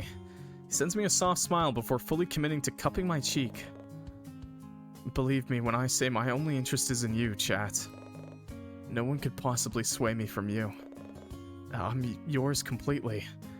All of me. And more. Ren's gaze is almost as intense as he peers down at me. Sincerity manifests on his face and in his words, and I find myself slowly believing it. You don't need to feel the same way right now, but so long as you believe me, that's all I ask. And his gaze drops to his feet, and the hand that was once caressing my face now moves to cover his mouth instead. Perhaps it was a trick of the eye, but I could have sworn I saw Ren gently inhale. Maybe don't look anyone else who isn't me too. maybe don't look at anyone else who isn't me too. What was that? Nothing, just wondering if Mr. Wasabi Hair is still outside this door. Wasabi Hair? It's Mosshead. Get it right. Why don't you go check then, Buttercup? I'll wait here. No, I'd like being here with you instead. I'd rather walk around the aquarium, to be honest, but okay. Ren takes yet another step closer. We're practically chest to chest at this point, so I could feel the warmth radiate from his body and bring me comfort. No one compares to you. I could bask in your company for as long as you let me. I'd never tire of you. Oh. Was that too much? I figured I'd be more honest and open with you to avoid any more misunderstandings, but I can dial it back. Or not at all, if you prefer. I don't mind, Ren. Just, I wasn't expecting it, I guess. Normally, you're more reserved, almost like Haruko, right? Haha, what a coincidence, huh? I suppose. He's my favorite character for a reason, you know? And is it winning me any points? We'll see. I can feel Ren's breath ghost against the shell of my ear as he lets out a puff of laughter. Can't believe I'm getting jealous over an anime character. Hey now, unlike Haruko, you're real. I can touch you. Honka honka. Whoops. Ren's face seems to immediately flush at that. Besides, imagine how Teo must be feeling right now. We've been in here for how long? You know, I didn't think you'd be on board with making him jealous. Really? Yeah, but if you're still up for it? There's a mischievous glint in Ren's eyes, making him look younger and more youthful than he normally appears. What harm could a little prank do? I did want to get back at Teo for making me go through this in the first place, and admittedly, I was enjoying my time with Ren in the closet. I'll have you know, chat, I am not in the closet, okay? I wouldn't have had this much needed conversation otherwise, nor would I have gotten any clarity if I'd kept pondering over it endlessly. With a lopsided smile of my own, I come to a decision. Try and make tea.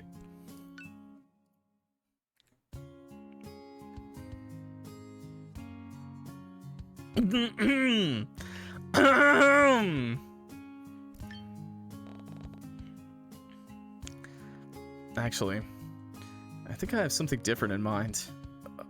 Oh!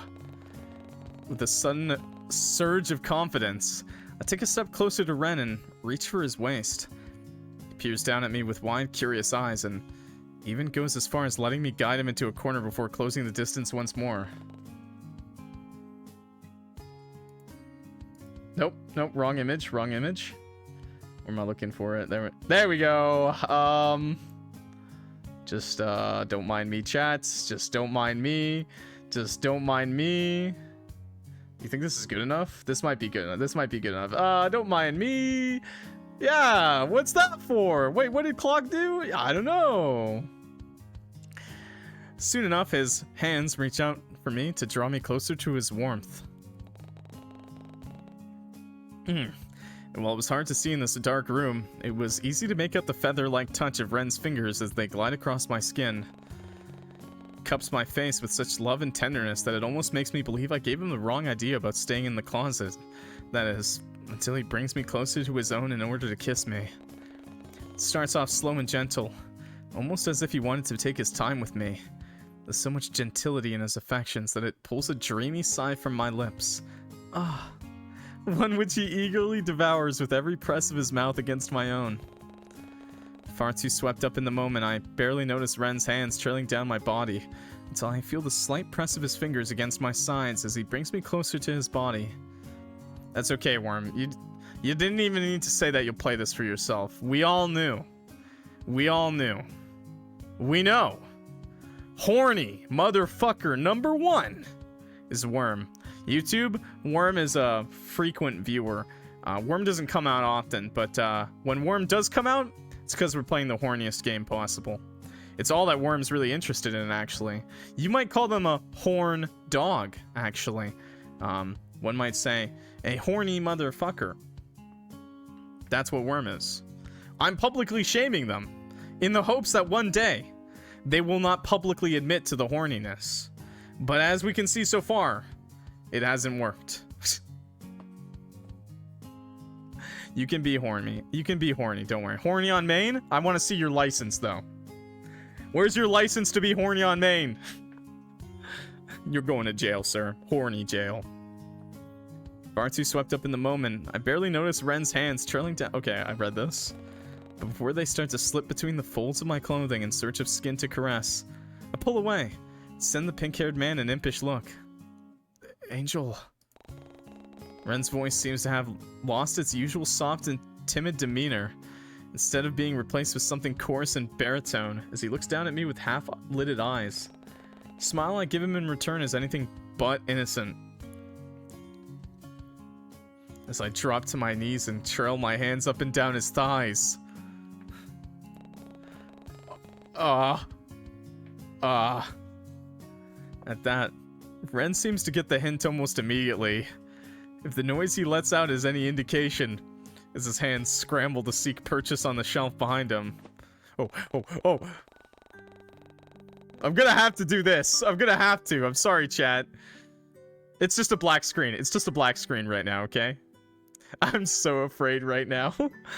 He looks down at me with wide eyes, but before he can usher out a word, I sink lower on my knees and playfully pull out the waistband of his jeans.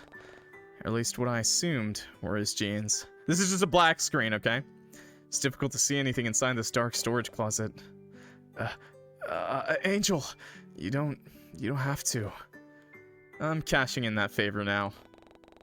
I say with a wink before tasking myself with unbuckling his belt. Still haven't forgot about that night when Ren went down on me, only to pull me into his arms afterwards and fall asleep without getting him off. Now, it was my turn. Chat. Ren's voice echoes inside the cramped space, and I can feel his body tense underneath me as I run my hands along his thighs. When I move towards his zipper, I make out the distinct shape of his blank straining against the fabric of his jeans. Wanting to blank him, I carefully unzip his pants to free his junior. His junior. Oh. Can't help but let out a surprised sound the moment it springs free. Clearly not prepared to be met with something so... Wow. Are you sure that's a junior? It's almost daunting having Ren's... You know, we're just gonna... Play this game for yourself, chat. Play this game for yourself. There's no picture, by the way. I'm just looking at a black screen, okay? Just to prove that I'm not looking at it. Show it right now. This is what you're looking. This is what I'm looking at. Nothing for you guys, okay? I'm just telling you. I'm not looking at shit, okay? Just words on a screen. I had this inside me. It's almost unbelievable. Curiously, I poke at it. What are you doing, girl? What? Yeah, viewership dropped for sure. People are downloading the game. They're like, fuck this guy. I'm gonna go get horny myself. This girl's like touching it, playing with this shit. Dude, just get it in there. God. Oh, I mean, my voice isn't sexual enough. I'm sorry.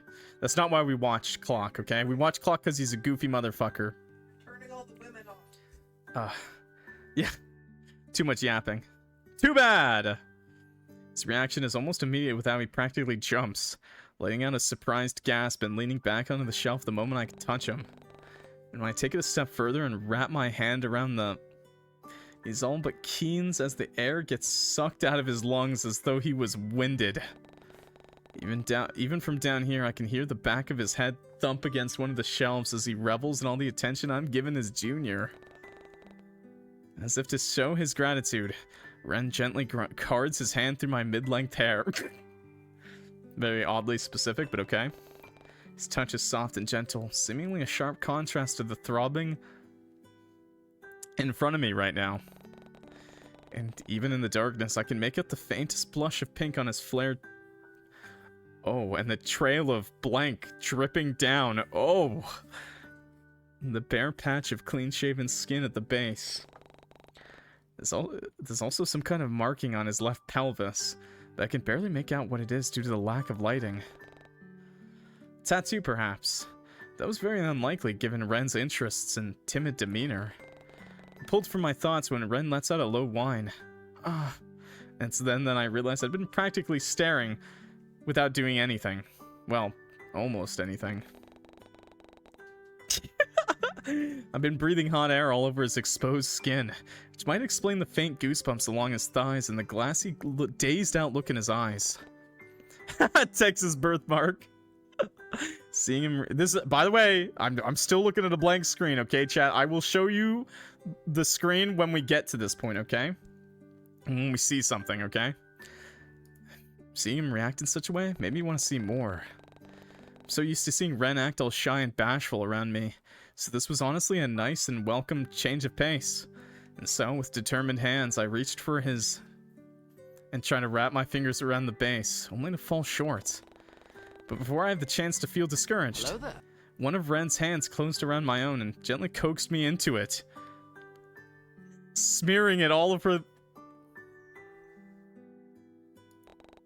The irony of his, junior fitting perfectly in his own hand isn't lost on me, though I find myself getting more and more distracted with the way Ren uses me to...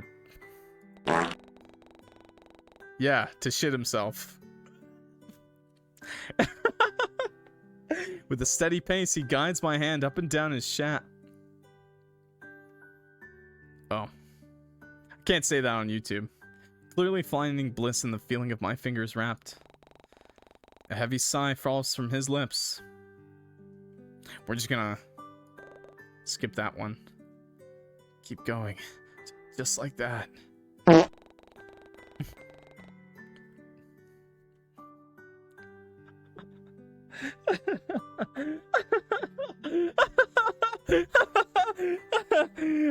I can't say that. Oh, I can't say this either. Oh no. Let me read this. Let me read this. Oh, an experimental suck. Oh. Like a little experiment, you know, like science, like I wonder what it'll do.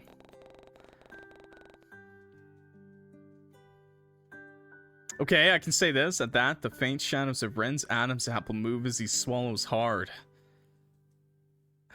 I can tell by the way his fingers curl and flex that he wants me to reach out. How cute. Okay, well, I can't say that. Please. His voice comes out hoarse. And had I been paying more attention, I would have said it sounded like a whimper. No bonking me. No! Trying to be serious for a moment. It's too much, though. I can't even say this. Find myself wanting to hear more and see what other kinds of sounds I could pull from him. Gross, stop. I mean, you don't have to keep watching. You can leave. There was a warning at the beginning of this video, okay? Quickly becomes a challenge to see if I can get him to moan my name instead. And I slowly start to stop caring about someone walking in on us in such a compromising position. Teo and Elanor be damned. There was a warning at the beginning of the video, chat, was there not? All I wanted to concern myself with were Ren's moans. His blank, and the way it tastes. Oh. Oh. Bye. Okay, see ya, peace. Thank you guys for coming out. This is too spicy. Come back later. We're not gonna end the stream just yet after this, okay? The newfound resolve. I try to take him as... I'm not gonna read that. Oh, Ren's enjoying it, though. Don't worry, guys. Ren's enjoying it. Oh, and we gave it more attention. Don't worry. Instead of another breathy moan or twitch of his thigh, like I was expecting, Ren's gravelly voice breaks the silence. Oh, don't worry. He told you to touch yourself. Okay. Well, what about my arm? Like, is that good? You know what? I was kind of cold. You know, a little rub on the arm. Yeah? Warm myself up? Thanks. Can't say that. Oh, I can't say that either. Oh, was that what he had in mind? Won't lie, much like his moans, Ren's lewd words also had an effect on me. It's evident with the way it went straight to my core and left me... I spilt my water bottle all over myself. I can't show the words on screen either, okay? I'm just drowning in it, okay? I'm drowning. Oh no. No, not in milk. What the fuck is wrong with you? You're disgusting. I said water. Why not? Because... Oh, wait. If I show you something here and it says a bad word, I'm gonna get banned. Okay? Words matter too. So with a slight smile, I shake my head and go back to lavishing his with soft kitten licks. Ugh. That was no, I don't like that description. Chose non-stream mode even though you're a streamer, you dumbass. I mean, this is why I picked streamer mode, because I knew I could just do this. It's all about you today. Tell me what you need, Ren. Okay, cut him off. Me. I also just like teasing chat, so that's the funny thing. Simply slumps against the shelf once more as his hands card through my hair in a blissed out manner. Wow, it just goes really hard into it. Wait, what was that? What did that say? I want your mouth on me again, please. Is that what you wanted to hear, chat? You wasted your moans, true. I'll do whatever you want after. I'll blank you again if you want, or I'll press you against the wall and... Please, I just need to feel your mouth again. Without missing a beat, I set back to work. Oh man. This is a little spicy. I'm just skipping through the stuff I can't say. Sorry, chat. We could stay like this forever. New emote show beat. Nice!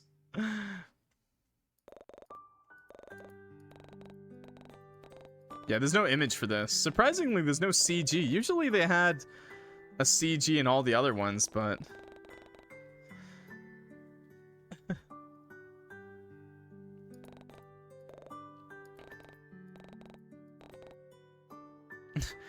Admittedly, I was having way too much fun teasing Ren in order to see all of his different sounds and reactions, but I figured it was about time to let him have his time. Oh, okay. We're just gonna skip through a little bit. Oh, just a little bit more, just a little bit more. You know, oh, it tastes so bitter. Oh.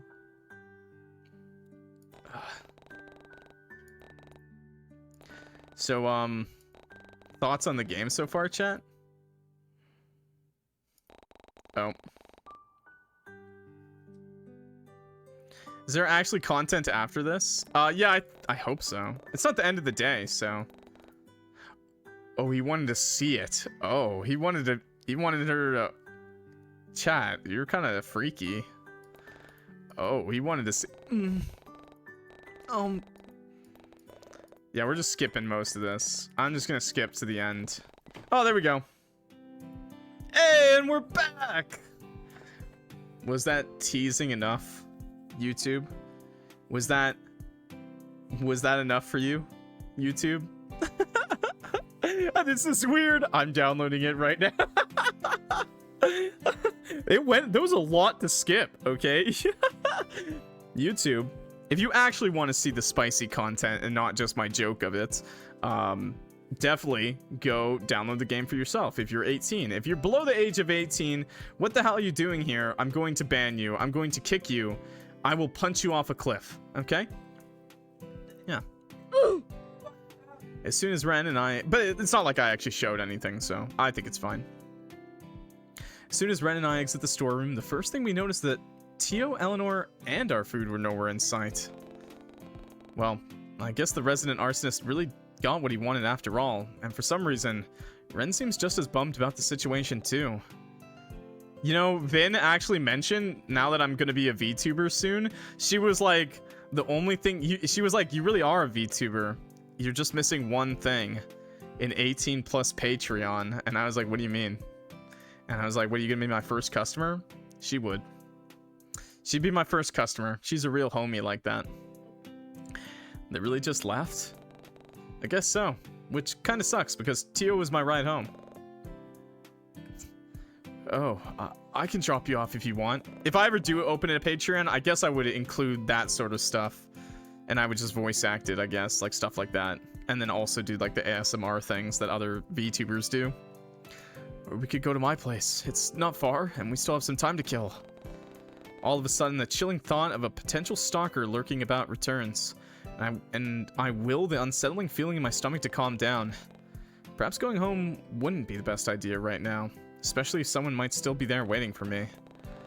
Ren's innocent offer lingers in my mind, and I find myself feeling more and more inclined to take him up on it as the seconds pass. I mean, I definitely would feel much better if I had someone else around in the off chance that something were to happen. Plus, Ren did once offer to let me stay at his place if something ever went wrong. Some part of me felt almost safe in his presence. Geb's trying to cover up the reason why he would buy my Patreon.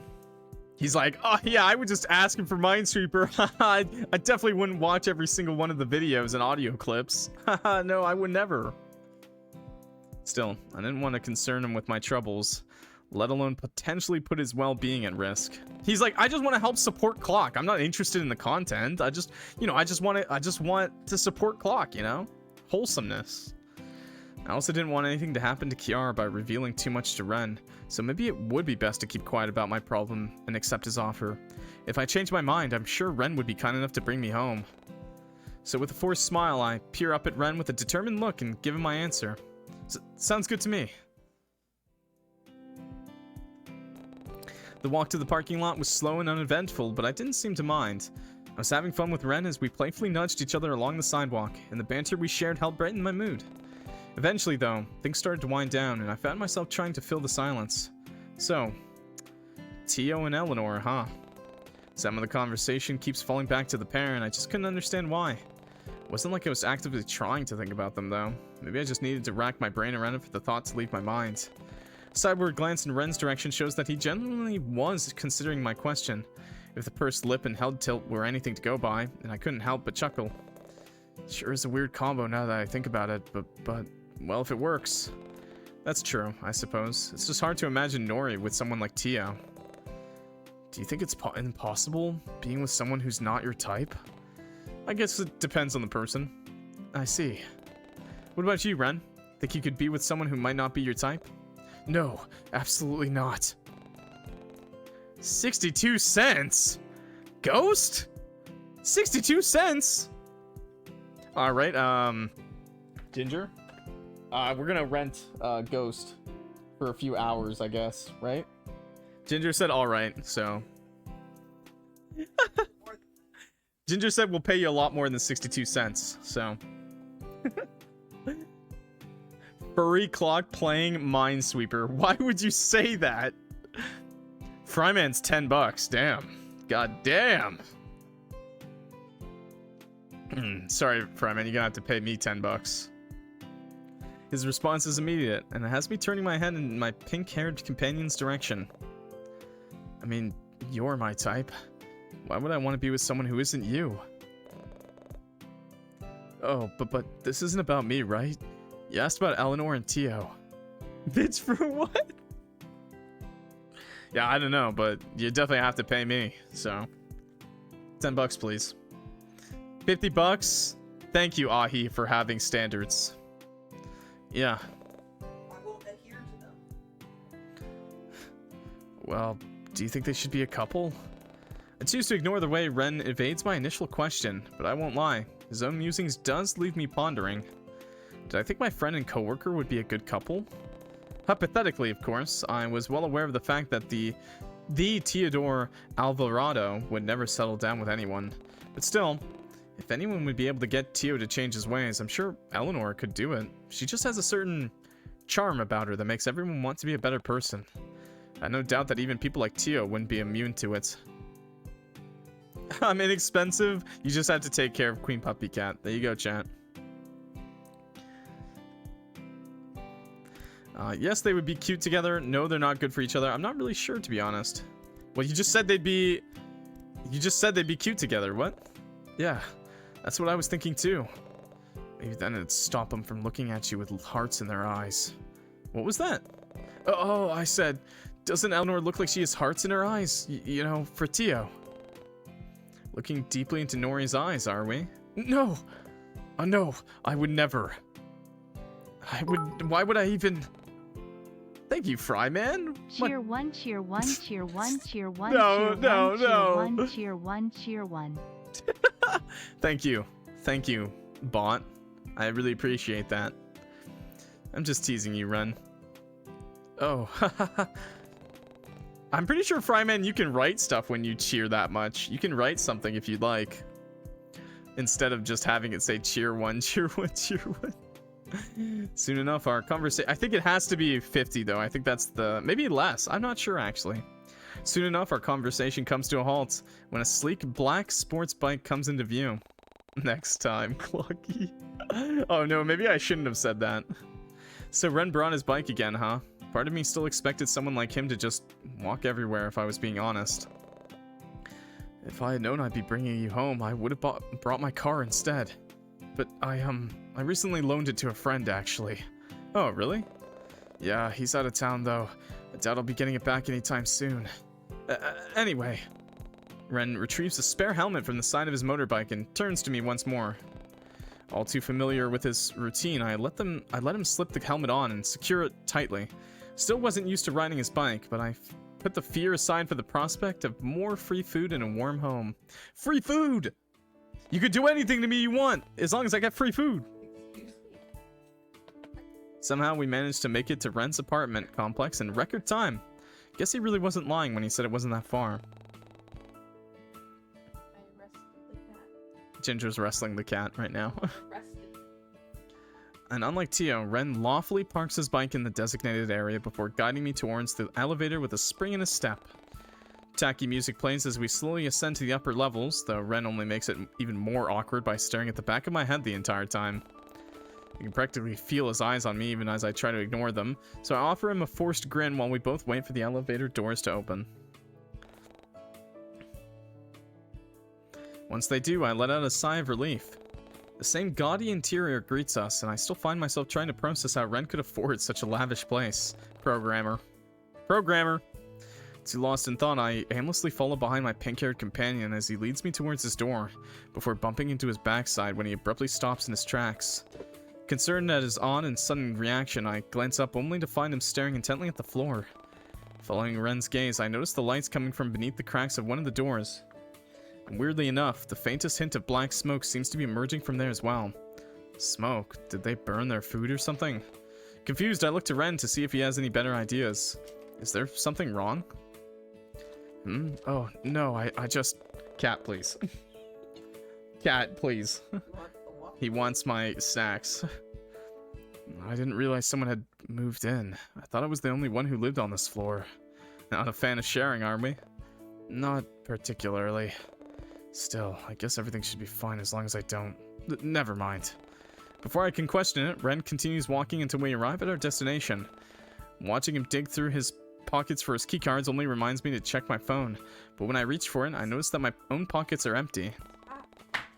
Snacks? There's a...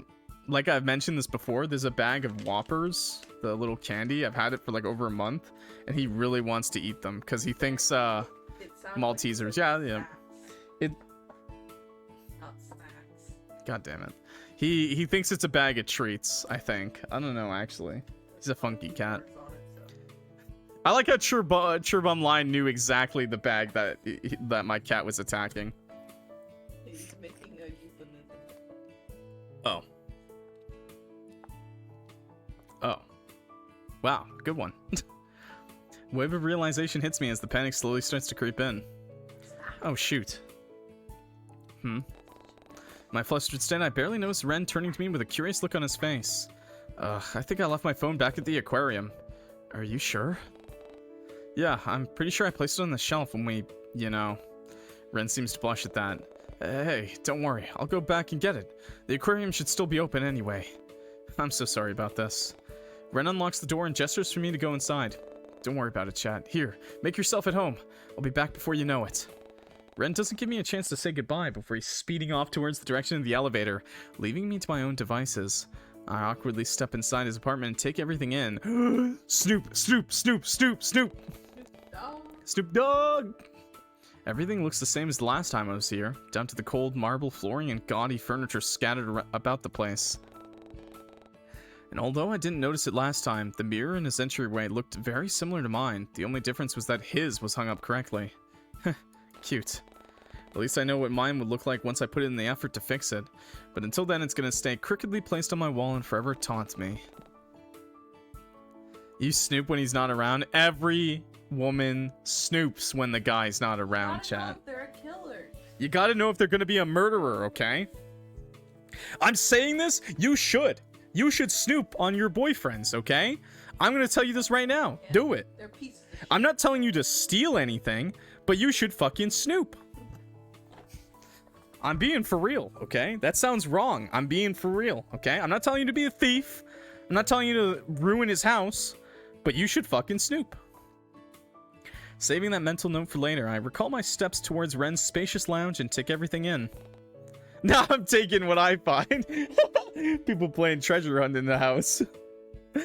Yep, still the same grandiose furniture, sterile smell, and... Wait a second. No? You gotta find out if he's using boxers or briefs, chat. It's really important.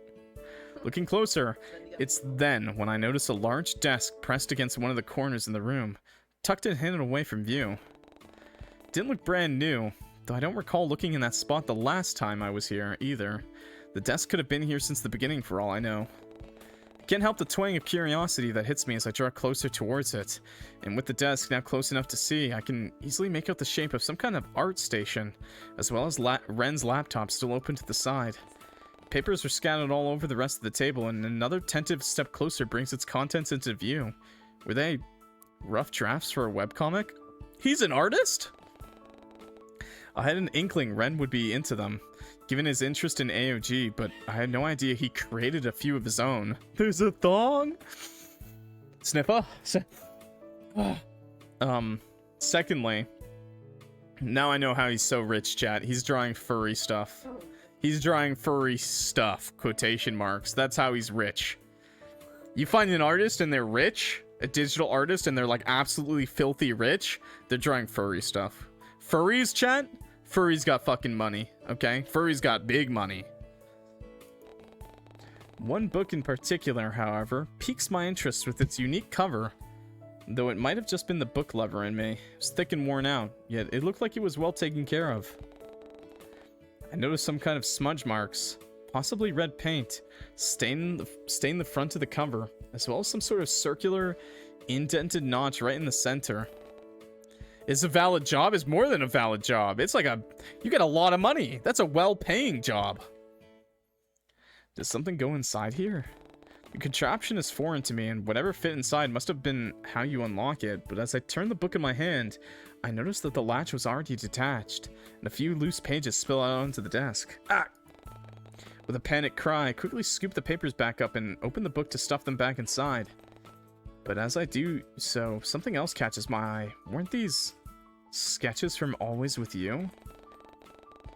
I could easily make out the male lead's hairstyle anywhere. After all, it was similar to Ren's, or rather Haruko's.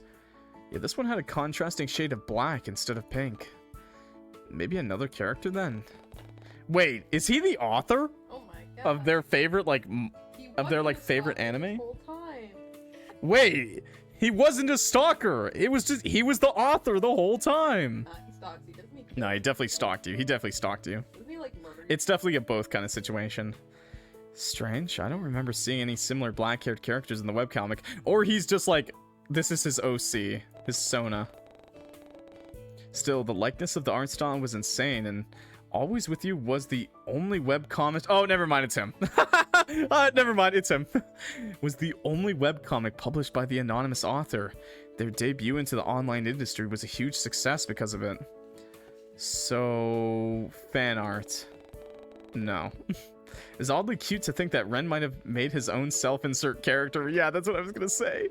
Though if I were any better at art, I probably would have done the same. Yeah. Art.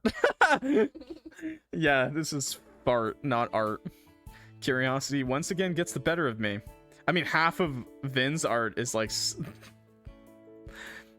Curiosity once again gets the better of me. Or was it my hyperfixations? I was half tempted to peek through the rest of the book to learn more. Should I? How will you... Chat, we're definitely going to be peeping, right? We're snooping. Investigate the drawings. Look at the weird lock. Check at the desk. Let Ren have it. Nah, investigate the drawings. Can't resist the urge to flip through the pages, and when I do, my suspicions are confirmed. There, right in front of my eyes, were the all too familiar characters from Always With You. Yet something about them felt almost uncanny. They didn't look exactly like the actual characters from the webcomic, though I could sense a certain familiarity from them. And upon closer inspection, most of the drawings were of the main character and the love interest doing various lovey-dovey things together. The other drawings were depicted as rather ominous and gloomy, which was ironic considering that the male lead was usually referred to as gloomy by the narrator. He was often withdrawn and greatly preferred to lurk in the shadows instead of interacting with others, so the name really fit. But still, seeing my beloved Gloomy in some of these drawings, surrounded by hundreds of creepy eyes, harsh scribbles, and more of that deep red ink, it honestly made me feel bad for him.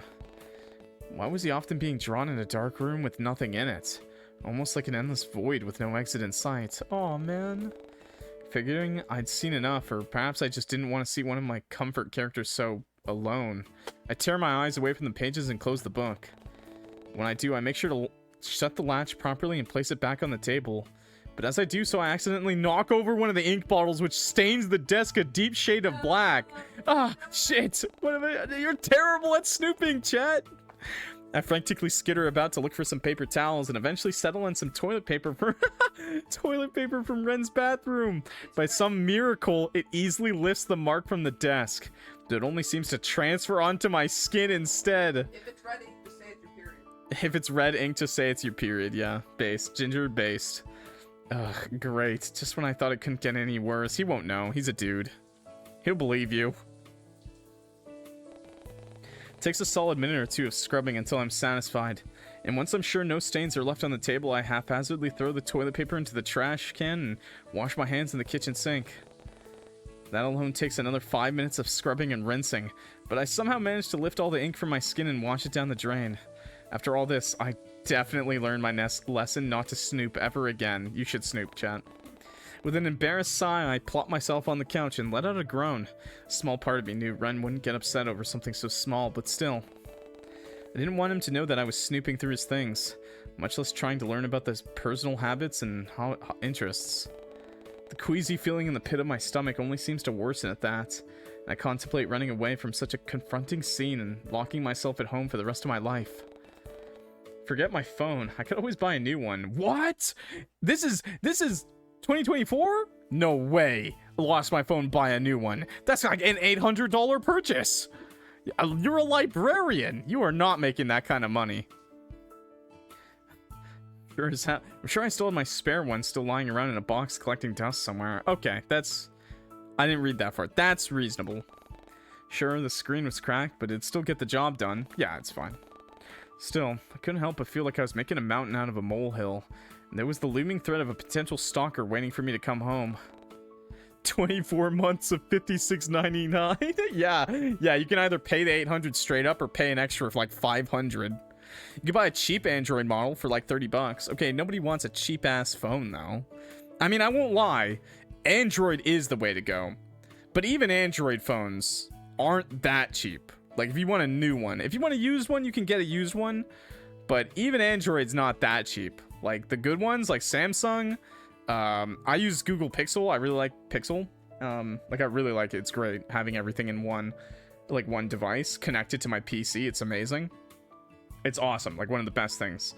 All my friends are being graphics. Yeah, it's just amazing. It's just really top tier. Apple's just disgusting. If you're buying iPhones and shit, you're like rich as fuck or something.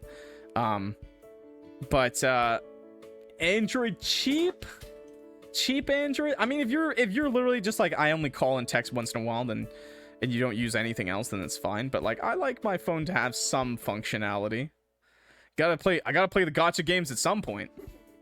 Maybe it was best if I stayed here after all. With that thought in mind, I settle further into Ren's plush couch and anxiously await his return. Apple is just simple OS. Apple is fucking expensive, dude. Apple's like literally 3 times the price of like every other phone in the market for no reason other than just brand. Okay, not 3 times. It's like twice as expensive for most phones. I can hear the faint ticking of a clock. Clock reference! From somewhere in this endless maze of an apartment, alongside the occasional humming of the central heater he turned on before he left. So he finally figured out how it worked.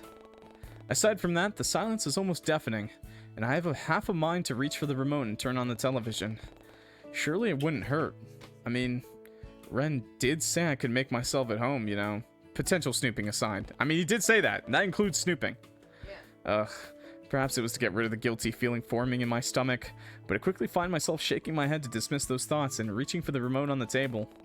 Flicking through the channels, I land on one in particular, and although the signal was weak, I could discern the picture of some news reporter in a blazer that looked far too flimsy to keep her warm.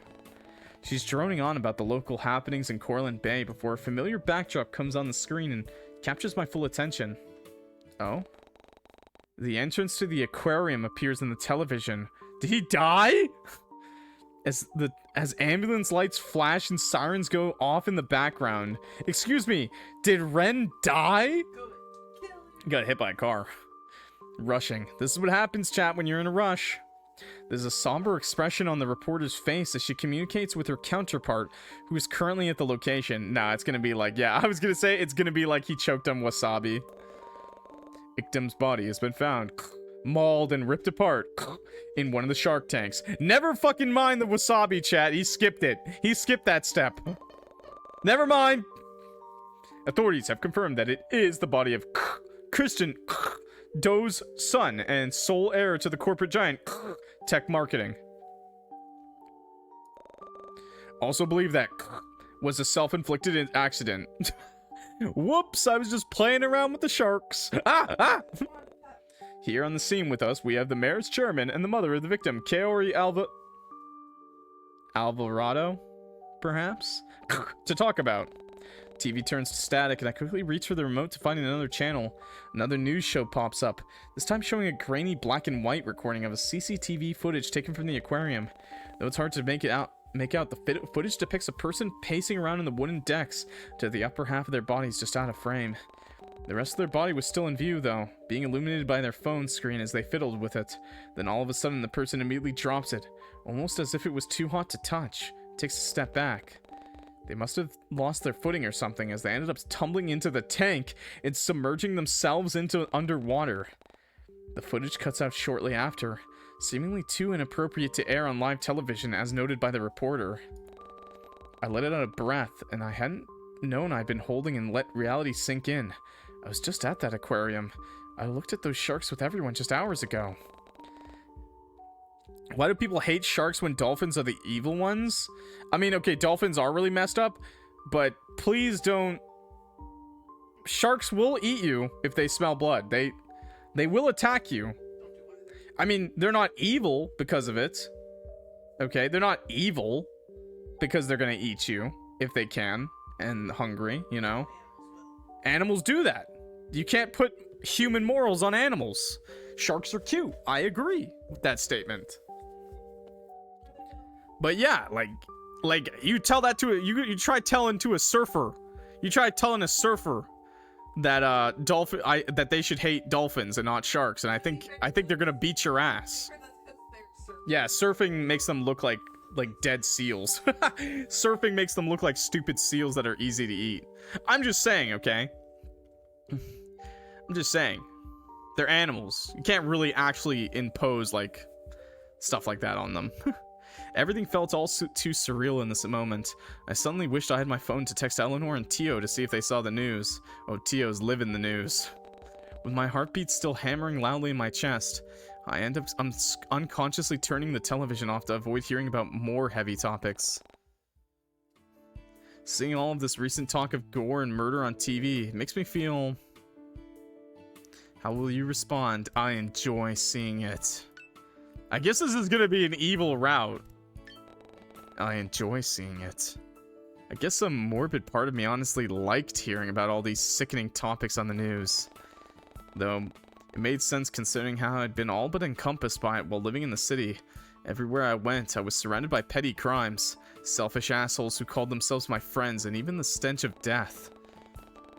I always thought moving to Cortland Bay would give me a break from it. After all, everyone always says nothing bad happens here.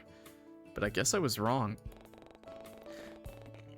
But I suppose it wasn't all bad. I have supportive friends now, an amazing boss and coworker, and a timid library patron who goes to great lengths to keep me safe. Man, I guess I never truly appreciated Ren's thoughtfulness until this moment. Oh, you're gonna appreciate it a lot now.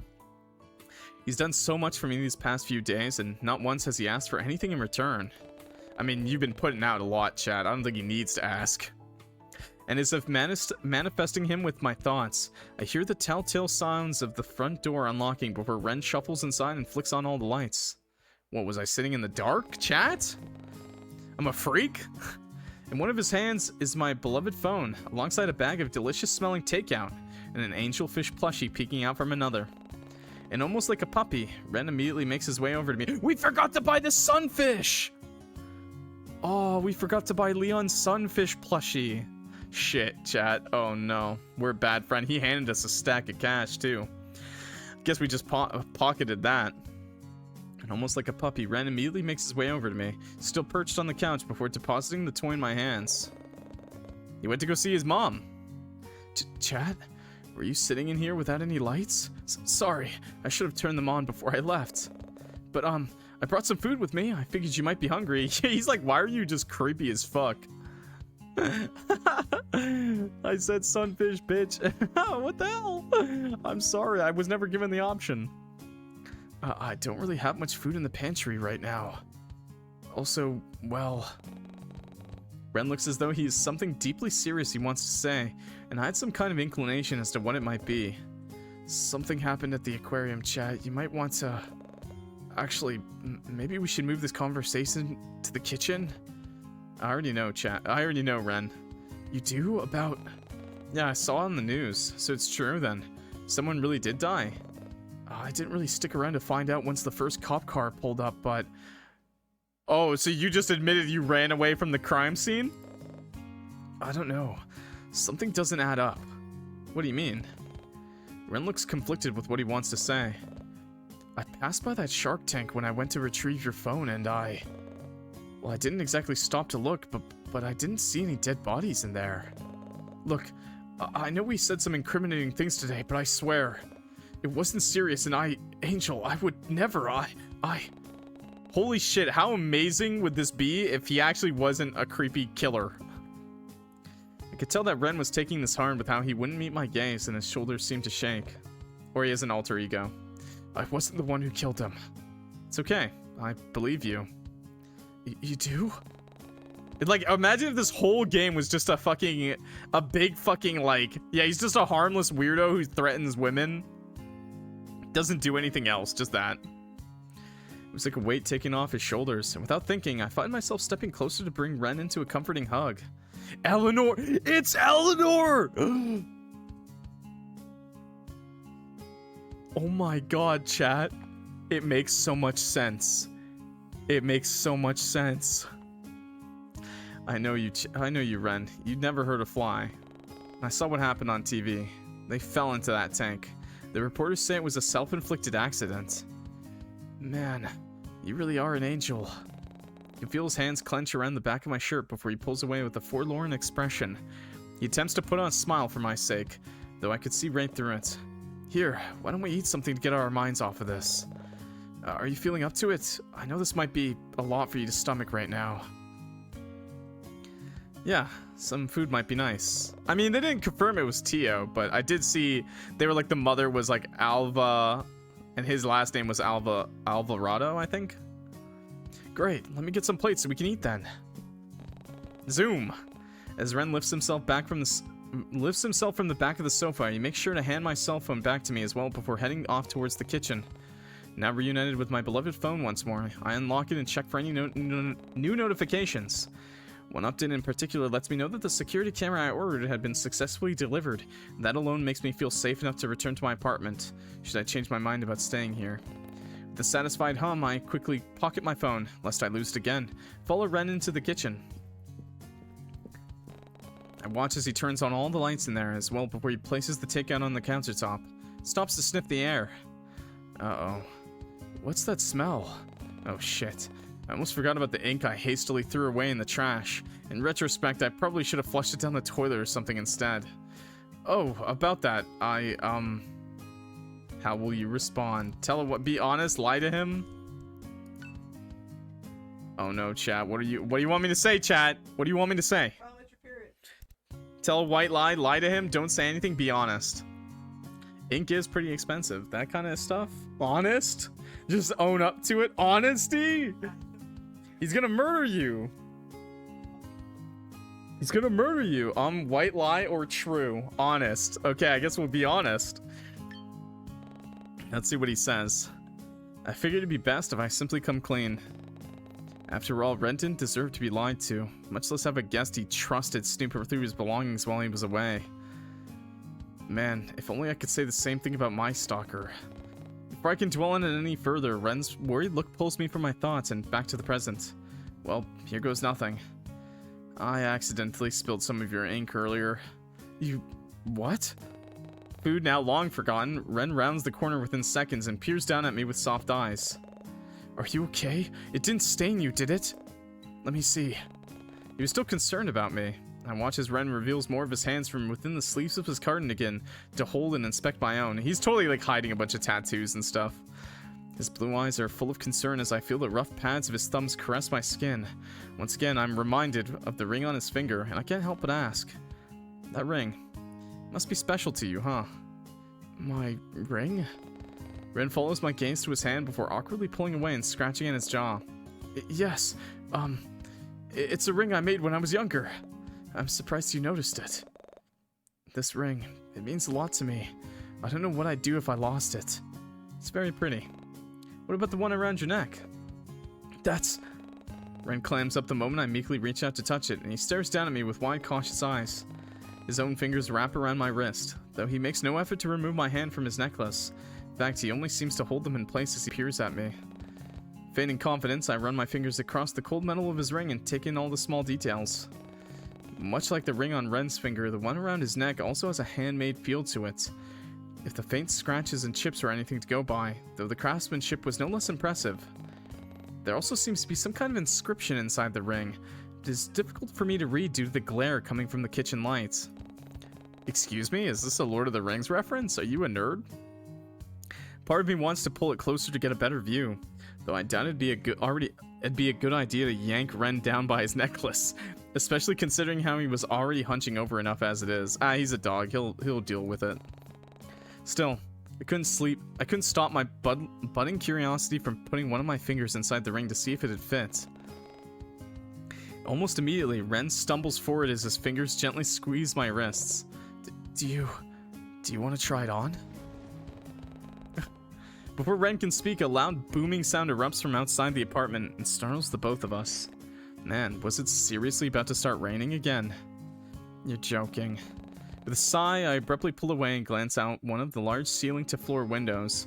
Dark clouds were rolling in from the distance, though there weren't any telltale signs of rain yet. Though the ominous black smoke was new, I didn't know the condensation got this bad. We weren't even that high up for fog to appear. Was this some kind of sign? Still, it wouldn't do to be stuck waiting out yet another storm again, so I glance in Ren's direction and offer a sympathetic smile. Maybe I should head home before it starts raining. Wait, I just said maybe I should stay. Chad, do you want me to stay the night? Let's stay the night.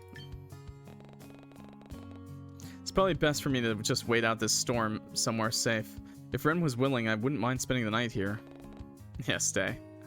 Actually, would it be okay if I crash at your place tonight? I'm sorry, Queen Puppy Cat. His gaze was still on the black smoke outside the window, and it took a gentle nudge in the mention of his name to get Ren's attention once more. He did buy dinner this time, at least. Why is it... I haven't done any... I mean, yes, of course, it's no problem.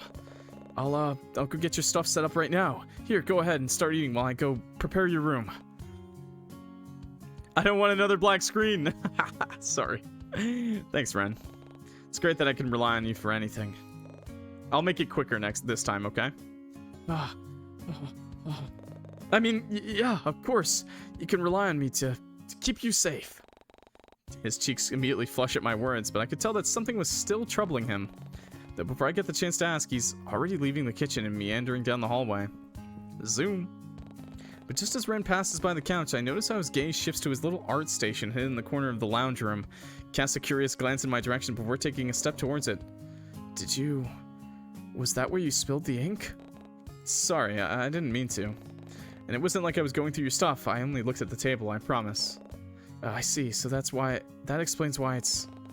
With an unreadable expression, Ren switches from looking impassive to determined in a matter of seconds. He reaches for something on the table, though it was hard to see what it was from where I was sitting in the kitchen. You keep on eating. I'll join you shortly. And with that, he disappears into the darkness of his apartment. We did lie to him still, even though we said we would tell the truth, huh? Deciding there's no use in overthinking his eccentric reactions, or dwelling over the fact that I got caught red-handed for being nosy, I pick up a fork and begin to dig into my food. Yeah, whatever. Taste of something both sweet and savory floods my taste buds, and I let out a pleased hum. Man, was takeout always this good? It only takes 3 more modest bites before I practically scarf down my meal. Flavor was immaculate. I made a mental note to ask Ren what exactly he ordered the moment he returns. What did we It's takeout. What is this? Chinese?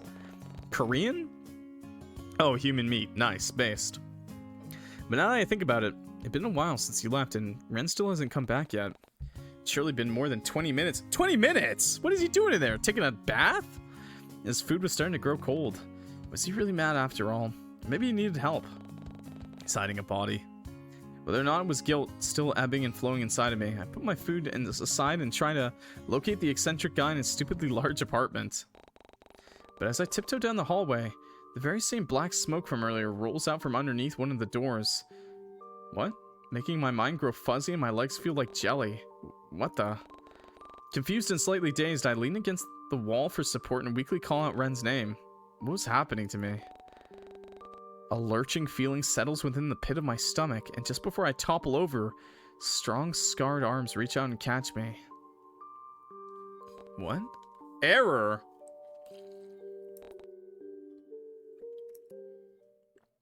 Excuse me. ...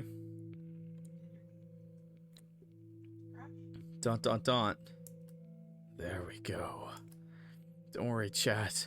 I won't let you get my bad ending. So don't hide from me. Why are you hiding from me? I won't hurt you, so don't be scared. Don't you realize that we're meant to be together? I love you, chat. I love you so much. Ah! Wait, I wasn't expecting that. Ah! Femboy jump scare! Wait, that was a bad ending? Excuse me, I can see you! I guess we gotta go home, chat. I guess we gotta go home, because staying the night just gets you fucking murdered. Neutral, dislike, like, love, okay? Cool. Neutral. Love with Ren. Neutral, neutral, neutral. Blank with Teo. We don't know. This account has been terminated. Where's Teo? Nowhere to be found, huh? Huh, Teo's phone is completely terminated, chat. What? This is kind of cool that they have that. I never checked that. Well, let's go home, chat. Should have stuck with Teo. Yeah, it's probably for the best for me to go home before that storm gets any worse. Still, I had to go back to work tomorrow anyway. Thanks for today, but I should probably start heading back now. Oh, it's really no problem. Here, why don't I put your food in another bag and drop you off? Are you sure? I don't want to be a bother. You'd never be a bother to me. Tapping the table, Ren pushes himself up and sets him off to find something to put my takeout in. What did I do to deserve someone as kind as Ren?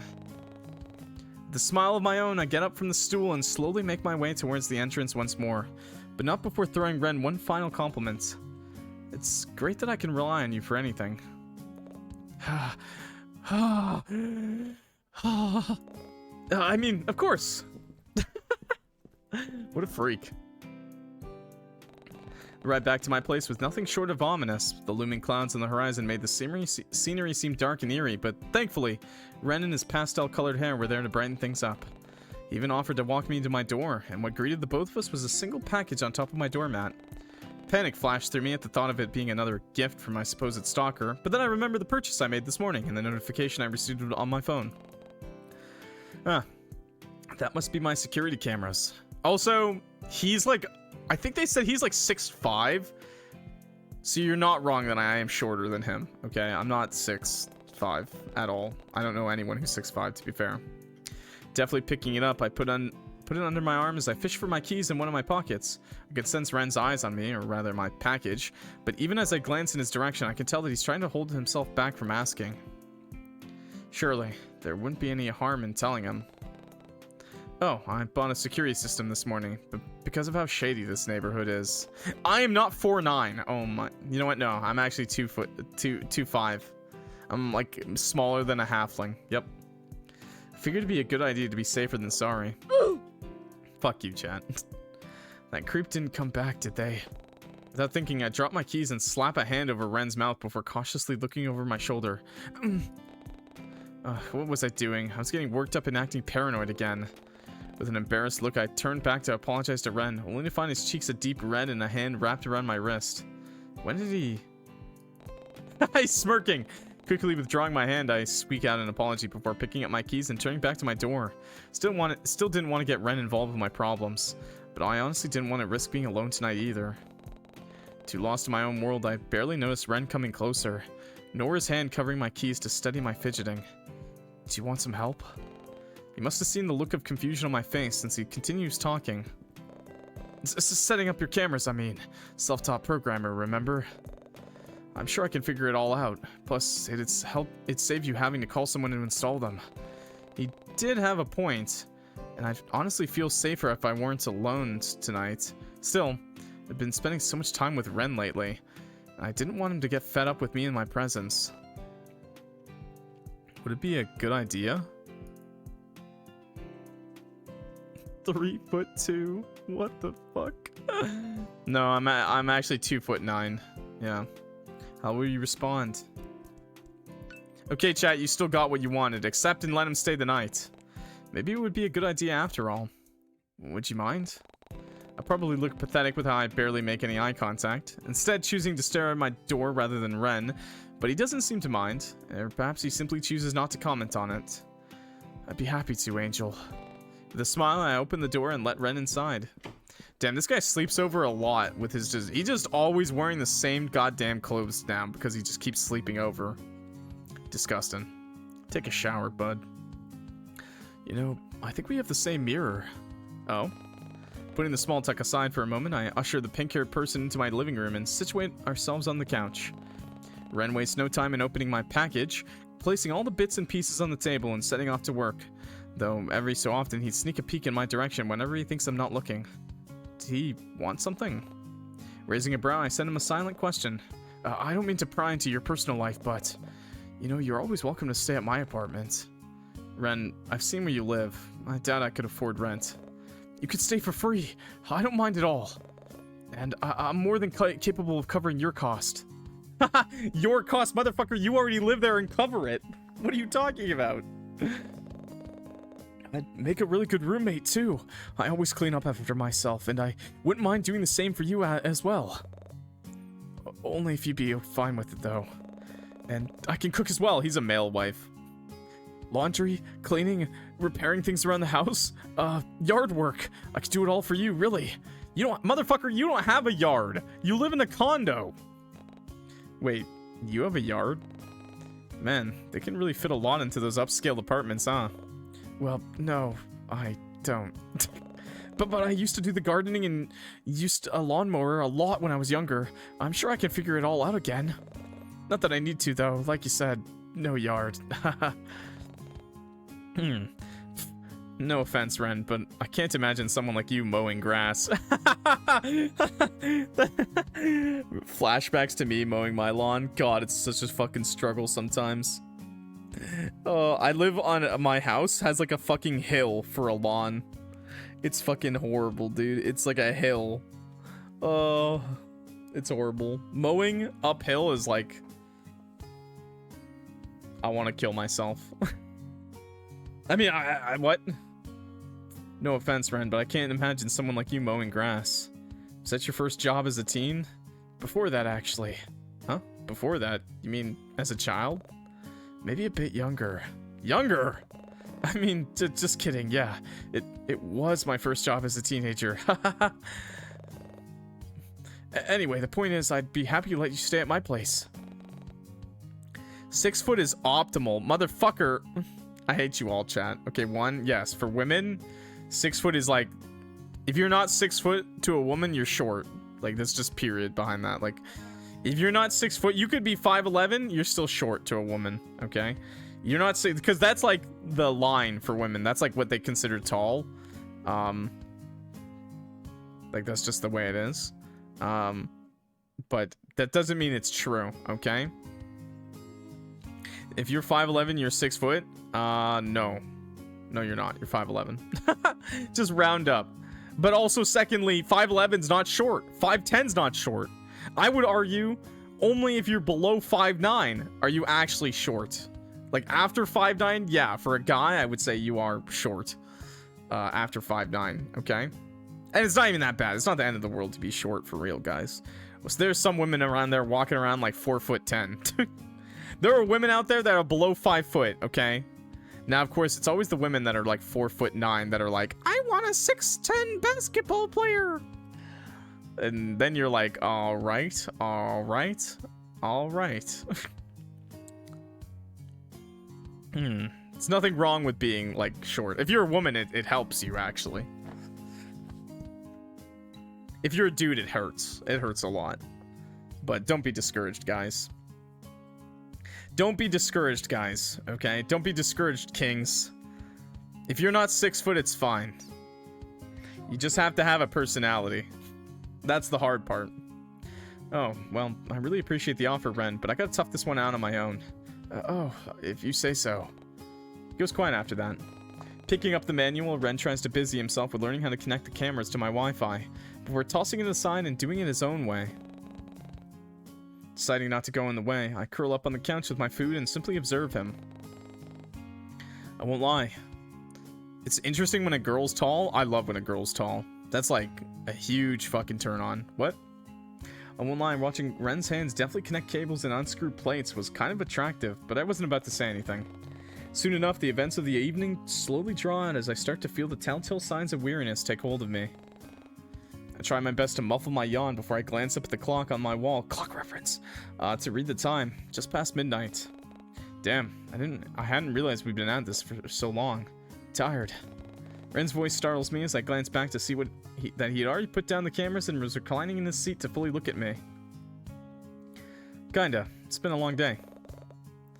You can head to bed if you want. I'll set this all up and lock up once I'm done. You're still going to go home after this? You want me to stay? Did I? Strange. Perhaps it was because we'd been spending so much time together, but I'd somehow grown fond of Ren's presence. It was comforting to have him near. I wasn't about to tell that to him, so with an affirmative nod, I make the decision. Yeah, I do. Oh. Ren's grin practically reaches his ears as he laughs to himself. Okay.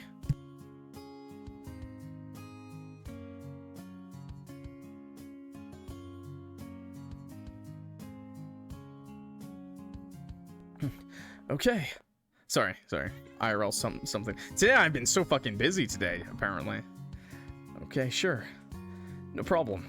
I'm gonna have to stop streaming after this. This is going way longer than I thought it would. I can't help but playfully roll my eyes at his enthusiasm. Well then, why don't I get some pillows and blankets and we can camp out here for the night? Haha, just like a sleepover. Sure. His toothy grin reminds me of my childhood days, back when I begged all the adults to let some of my friends from school stay the night. With all of us wrapped up in patterned blankets, I'd cuddle up on the couch with everyone until we'd all fall asleep. But it wasn't Leon who came to mind, it was someone else? We can watch a scary video. I'm fine with that. That sounds fine. Their face was blurry, but I could make out tufts of black hair from within the blankets surrounding us, and the same toothy grin Ren was giving me. But when I focused my attention back on him, I noticed that the smile was gone, and he's instead looking at me with a confused look on his face. I must have been spacing out again. Sorry, I'll go get those pillows now. Let me know if you need any help. Ren's response gets drowned out as I flee into the hallway. Took a while, but Ren managed to set the cameras up and hook it all up to an app on my phone. All while I made myself comfortable on the couch. He totally gave himself access to the cameras, right? He explained how to use it, but if I were being honest, I started to nod off once he started geeking out about the different kinds of alarm buttons. Before I know it, my head falls onto his shoulder with a soft thump, and I feel Ren's body shake as he lets out a faint laugh. Something moves from the chair next to him before a warm duvet is wrapped around my shoulders. I can feel Ren pull me to his side before we both fall backwards onto the couch. This is much nicer than banging. I'll take this anytime. His chest softens the blow, and with one of his hands gently threading through my hair, I slowly start to drift off. Nostalgia greets me once more, and before my consciousness fades away, I try to chase after the foggy memory that had been plaguing my brain as of late. Those 3 kids laughing and playing together near a lake. Who were they? And who was the one that stayed right by my side even after everyone else went home? Almost desperately, I try to recall their face, or any of their defining features. Really, at this point I'd take anything. Why are you guys talking about black hair? I didn't say black hair, did I? But it's all for naught when I feel Ren's lips fall to the crown of my head to place a chaste kiss. Sleep well, chat. With this comforting voice in my mind, I slowly start to slip away. End of the demo! Thanks for playing. Have you tried getting all the different endings yet? There is another ending I want to go for, so we'll return to the menu, we'll load up, and we'll just send him on his way, okay, chat? So decline and say goodnight. Get the hell out of my face, okay? I did prefer that. Instead of banging, I way preferred the, just the wholesome sleeping together. No, I didn't want to risk it. Really appreciate the offer, Ren, but I gotta tough this one out on my own. Oh, if you say so. Concern for my well-being is evident, but I didn't want to get him involved. This was my problem, and I would handle it on my own. Still, part of me knew I wouldn't hesitate to call him if something went wrong. After spending so much time with Ren, I'd grown to appreciate his company. Something about him felt so comforting to me. Anyway, you should probably head home before the storm comes. Thanks for dropping me off and for the food. Make sure to lift up the bag full of takeaway for him to see. Of course, thanks for paying for my ticket. You can thank Teo for that. Haha, I think I'll pass. Ren's face playfully scrunches up at the mere mention of Teo, and I find myself letting out a small chuckle before unlocking my front door and stepping into my apartment. Well, I should probably go set this camera up and head to bed. Stay safe on your drive back. You too, or, well, you're not driving anywhere, so dream safe. Drive sleep. Stay well. I still can't get this right. Pfft. Good night, Ren. Send him off with a smile before closing the door. It takes me a while and countless online video tutorials, but I somehow managed to set up the security cameras and connect them to an app on my phone without too much trouble. It would alert me of any unusual activity and movements when I'm not home, and I felt immensely safer because of it. Though I still had faith that with my new lock, my new lock hadn't been tampered with since I got it, considering how the letter had been shoved underneath the door rather than being placed on something as conspicuous as a table. If I hadn't found it on my bedside table instead, I definitely would have felt true fear. I was getting worked up again. If I continued to think about this any more than I should, I swear I would start to go crazy. Deciding that this was a problem for future me, I lock myself in my bedroom and hide within the safety of my duvet. A faint glow emits from my phone as I check to make sure I have all the angles in my apartment covered. Satisfied with my handiwork, I lay back on my bed and idly zoom in and out with one of the camera's screens until I grow bored. Doubt I'd be able to fall asleep quickly, but it wouldn't hurt to try. Besides, I had to be up bright and early for work tomorrow. With that thought in mind, I lock my phone, shove it under one of my pillows, and will myself to fall asleep. Nostalgia greets me like an old friend, and before my consciousness fades away, I try to chase after that foggy memory that had been plaguing my brain as of late. Those 3 kids laughing at the lake. Okay, that was what we saw before. Who stayed by my side? Try to remember anything. At this point, I'd take anything. Okay. Faintest recollection of pudgy cheeks, twin pigtails, and a frowning expression swirls in my mind. but slips away the further I drift further into dreamland. Is that just the end? End of the demo. Yeah, make sure to follow the Discord and the Tumblr, okay? Seriously, I actually joined the... I checked out their Tumblr. They post a lot about the game. And, well, spoilers, I guess, for the game, too, on Tumblr. So maybe don't if you don't want spoilers, but it's pretty cool. Was there anything else we could go for, chat, for another ending, maybe?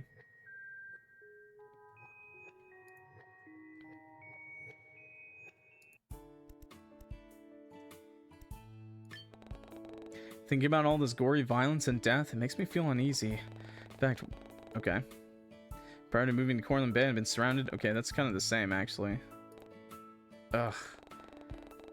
Okay. Wasn't the one who killed them. It's okay, I believe you. You do? It was like a weight taken off my shoulders, and without thinking, I found myself stepping closer to bring Ren into a comforting hug. I know you, Ren. Oh, this is kind of the same. We can try to lie to him this time?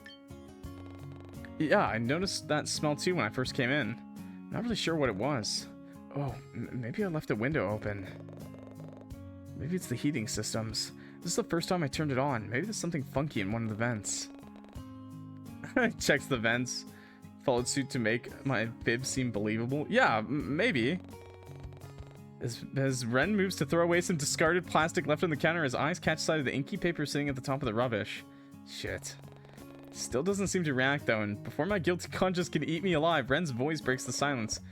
I guess I forgot to take out the trash this morning. Sorry you had to put up with that strong smell. What? He must have known. Surely. He'd every reason to call me out on my lie, yet he didn't. He's just completely okay with it. Okay. Instead, Ren seemed to take the blame with a carefree smile. Ah, forget it. Maybe it was some form of righteousness, but I find myself confessing the truth. Oh, really? Oh, so you just end up saying the truth anyways? Stay the night. Let me see what happens when we stay the night. Again. Chat.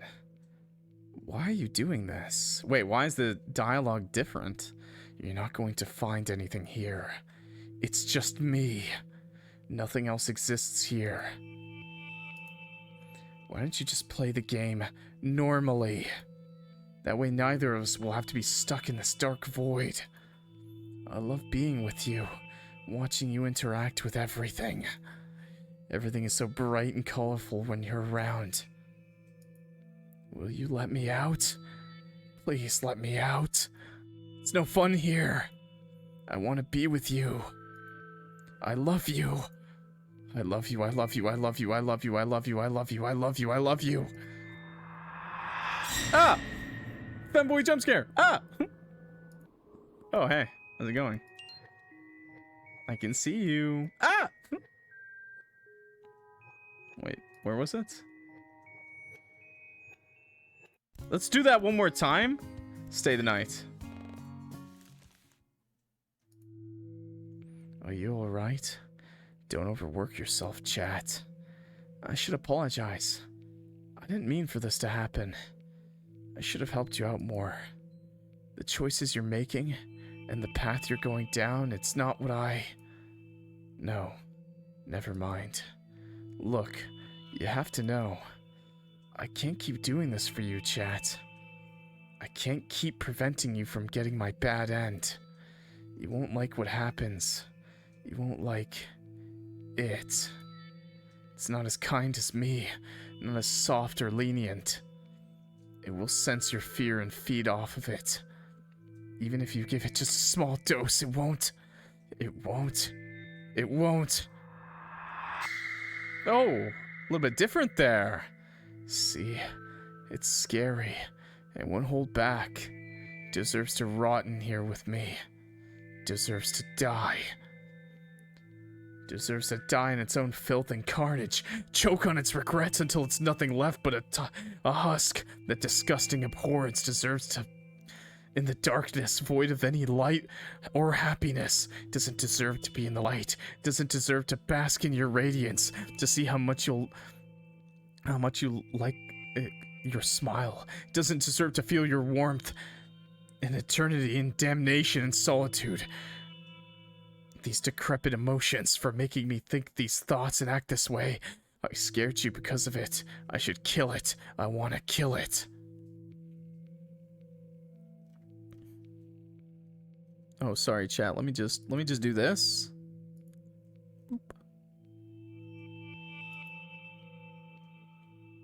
You like that? That's a screenshot. That's totally going in the game, bros. That's totally going in the game. Oop, wrong thing. Sorry, chat. I just wanted to get a screenshot of that. I'm sorry. Did I scare you again? I can't help it, being here for so long. First you have my interest, now I have my what? What did you just... Hey, yo, Chirbum line. What? What did you just say in my chat? Go back, we don't want to see you. Gab, thank you. Everything takes a toll on you. It makes me feel this way. It forces me to... I won't hurt you. Don't worry. I'll protect you from it. It doesn't deserve you. But I do. I do. I do. I do. I do. Do I? I love you, chat. I love you. More than I ever could. More than anyone ever can. They wouldn't do this for you. No one would. Only me. Your light. Ah. Your light doesn't deserve to be here. Tarnished by what happens in here. Sorry. Look, all I want is for you to stop trying to go down this path. If you really want to see me, you don't need to keep making the wrong choices. I'll always be watching you. I'll always be with you. And I'll always protect you. From the people who try to take you away from me, from my bad ends, from it. There's nothing that will keep me from you. But if you really want to continue meeting me here like this, I won't stop you. I'll hold back the inevitable, but just know, there will come a time when I won't be able to bring you back to this place again. There's a limit on how often I can... No, never mind. I don't want to worry you. Alright, I'm gonna send you back again, okay? So promise me this time you'll listen to my warnings. I'll help you as much as I can next time. So don't concern yourself with meeting me here anymore. I'll find a way to meet you instead. I already can anyway. Have you figured it out yet? Promise me, chat. Promise me that we won't meet here anymore. Oh, he's gone. 14 days with you. He's gone now. That's interesting. I can see you. Well, chat, we're gonna stay the night one more time. I want to see that.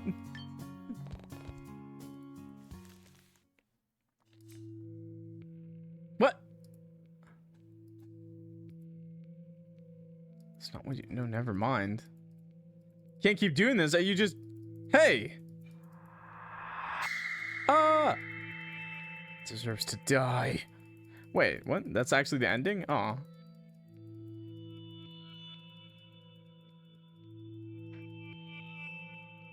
Well, that's awkward. This is all the same, right? Yeah.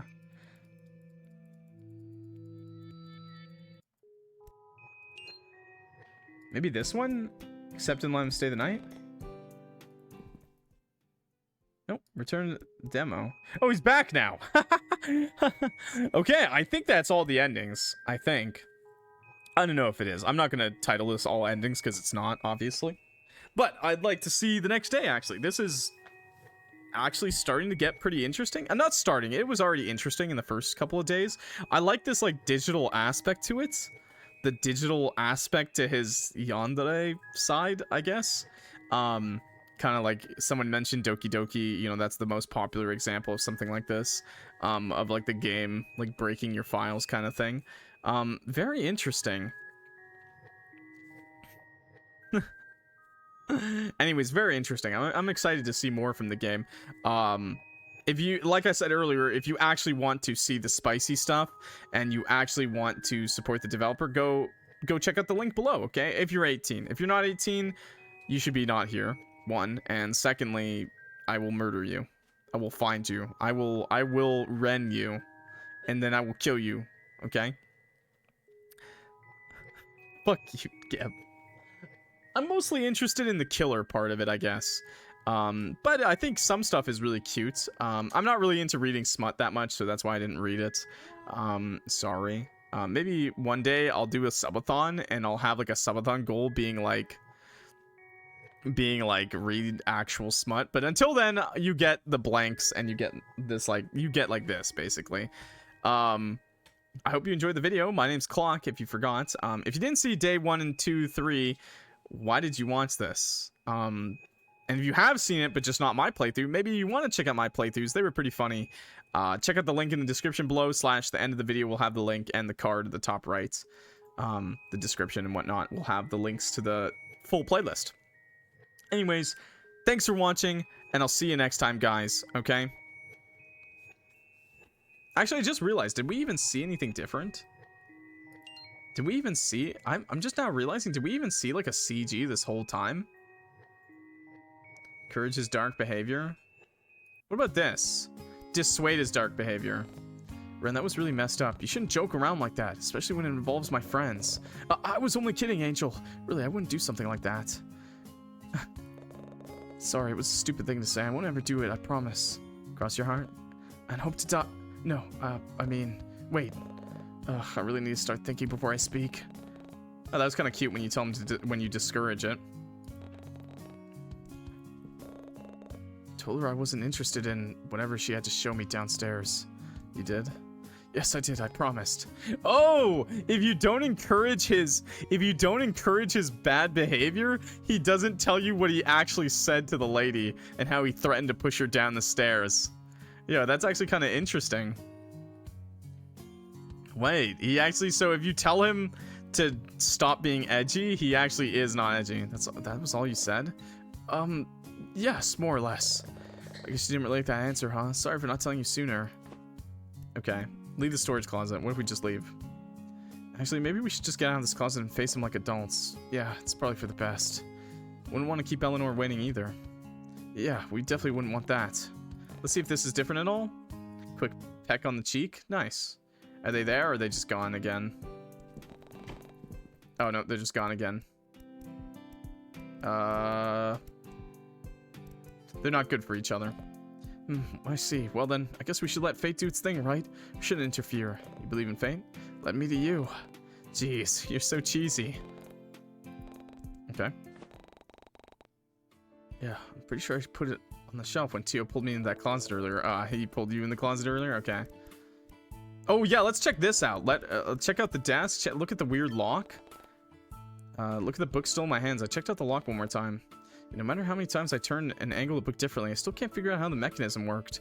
Didn't look like a normal key would fit in it. I didn't see any space to insert one in the first place. Oh, a ring would fit in there. Just had enough space and it definitely fit the circular shape. Though I don't think I'd ever heard of a lock that could be opened with a ring. Maybe I should invest in one for my own apartment. Oh, okay. Oh, you no matter what you end up... Okay, let's go back to this option. Check out the desk.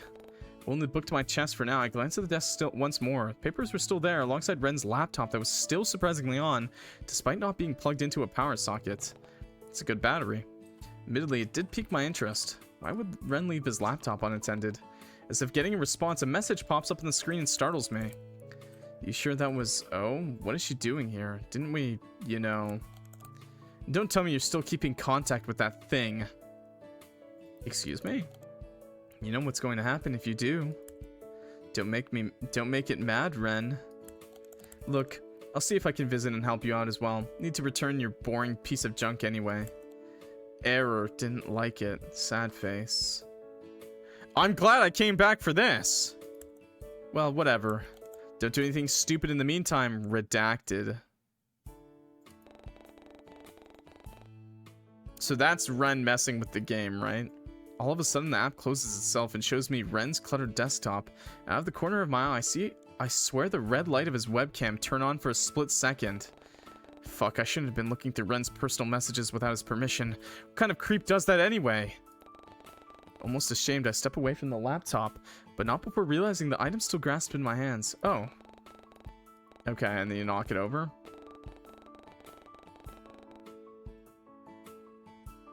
Wait, what is this? A restaurant? Oh, is that Elanor and Kiara? Wait.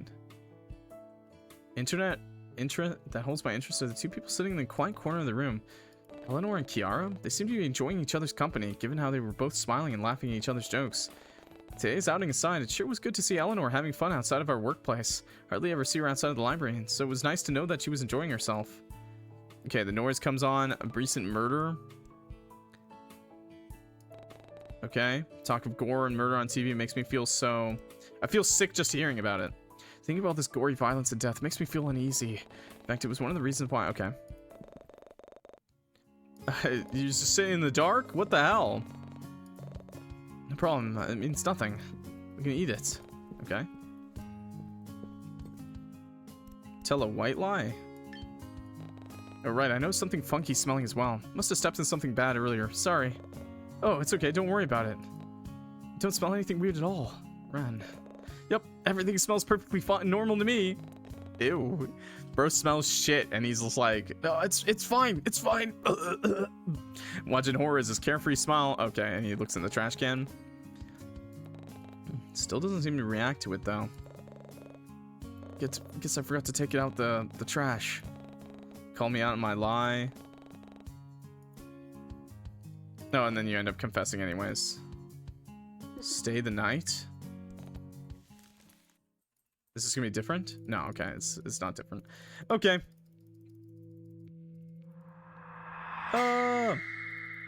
Interesting. I wonder what it's gonna be. I don't know if this is just the demo and you can't actually get more than this. It says there's a way. Yeah. Bless me. Sorry, excuse me. I sneezed. Listen to my warnings. I'll find a way to meet you instead. Have you figured it out? No, I actually don't know. And then it cuts to this. So maybe there's more to this than I can't find. But I'll leave it off at this. Bless you to himself. I don't sneeze often, so I have to say bless you to people all the time.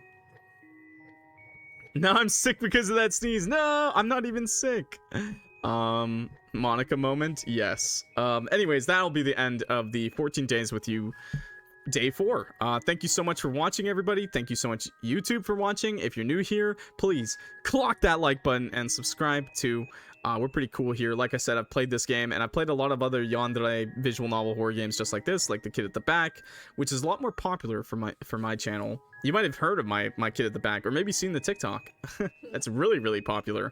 I've also played other like 18+ games like this too. Of course, I always blur or just don't show it all the really fucked up stuff, the really like creepy or weird or sexual stuff, the little ha ha ha. Maybe one day we'll open a Patreon to show that sort of thing, but not today, and not anytime soon. So, anyways. But I'm sure you'll like the channel. It's got lots of dating sims and visual novels. We also do a lot of horror games too, so stick around. And join the Twitch, please. The stream has been growing, and we're having so much fun, everybody. Seriously, check it out.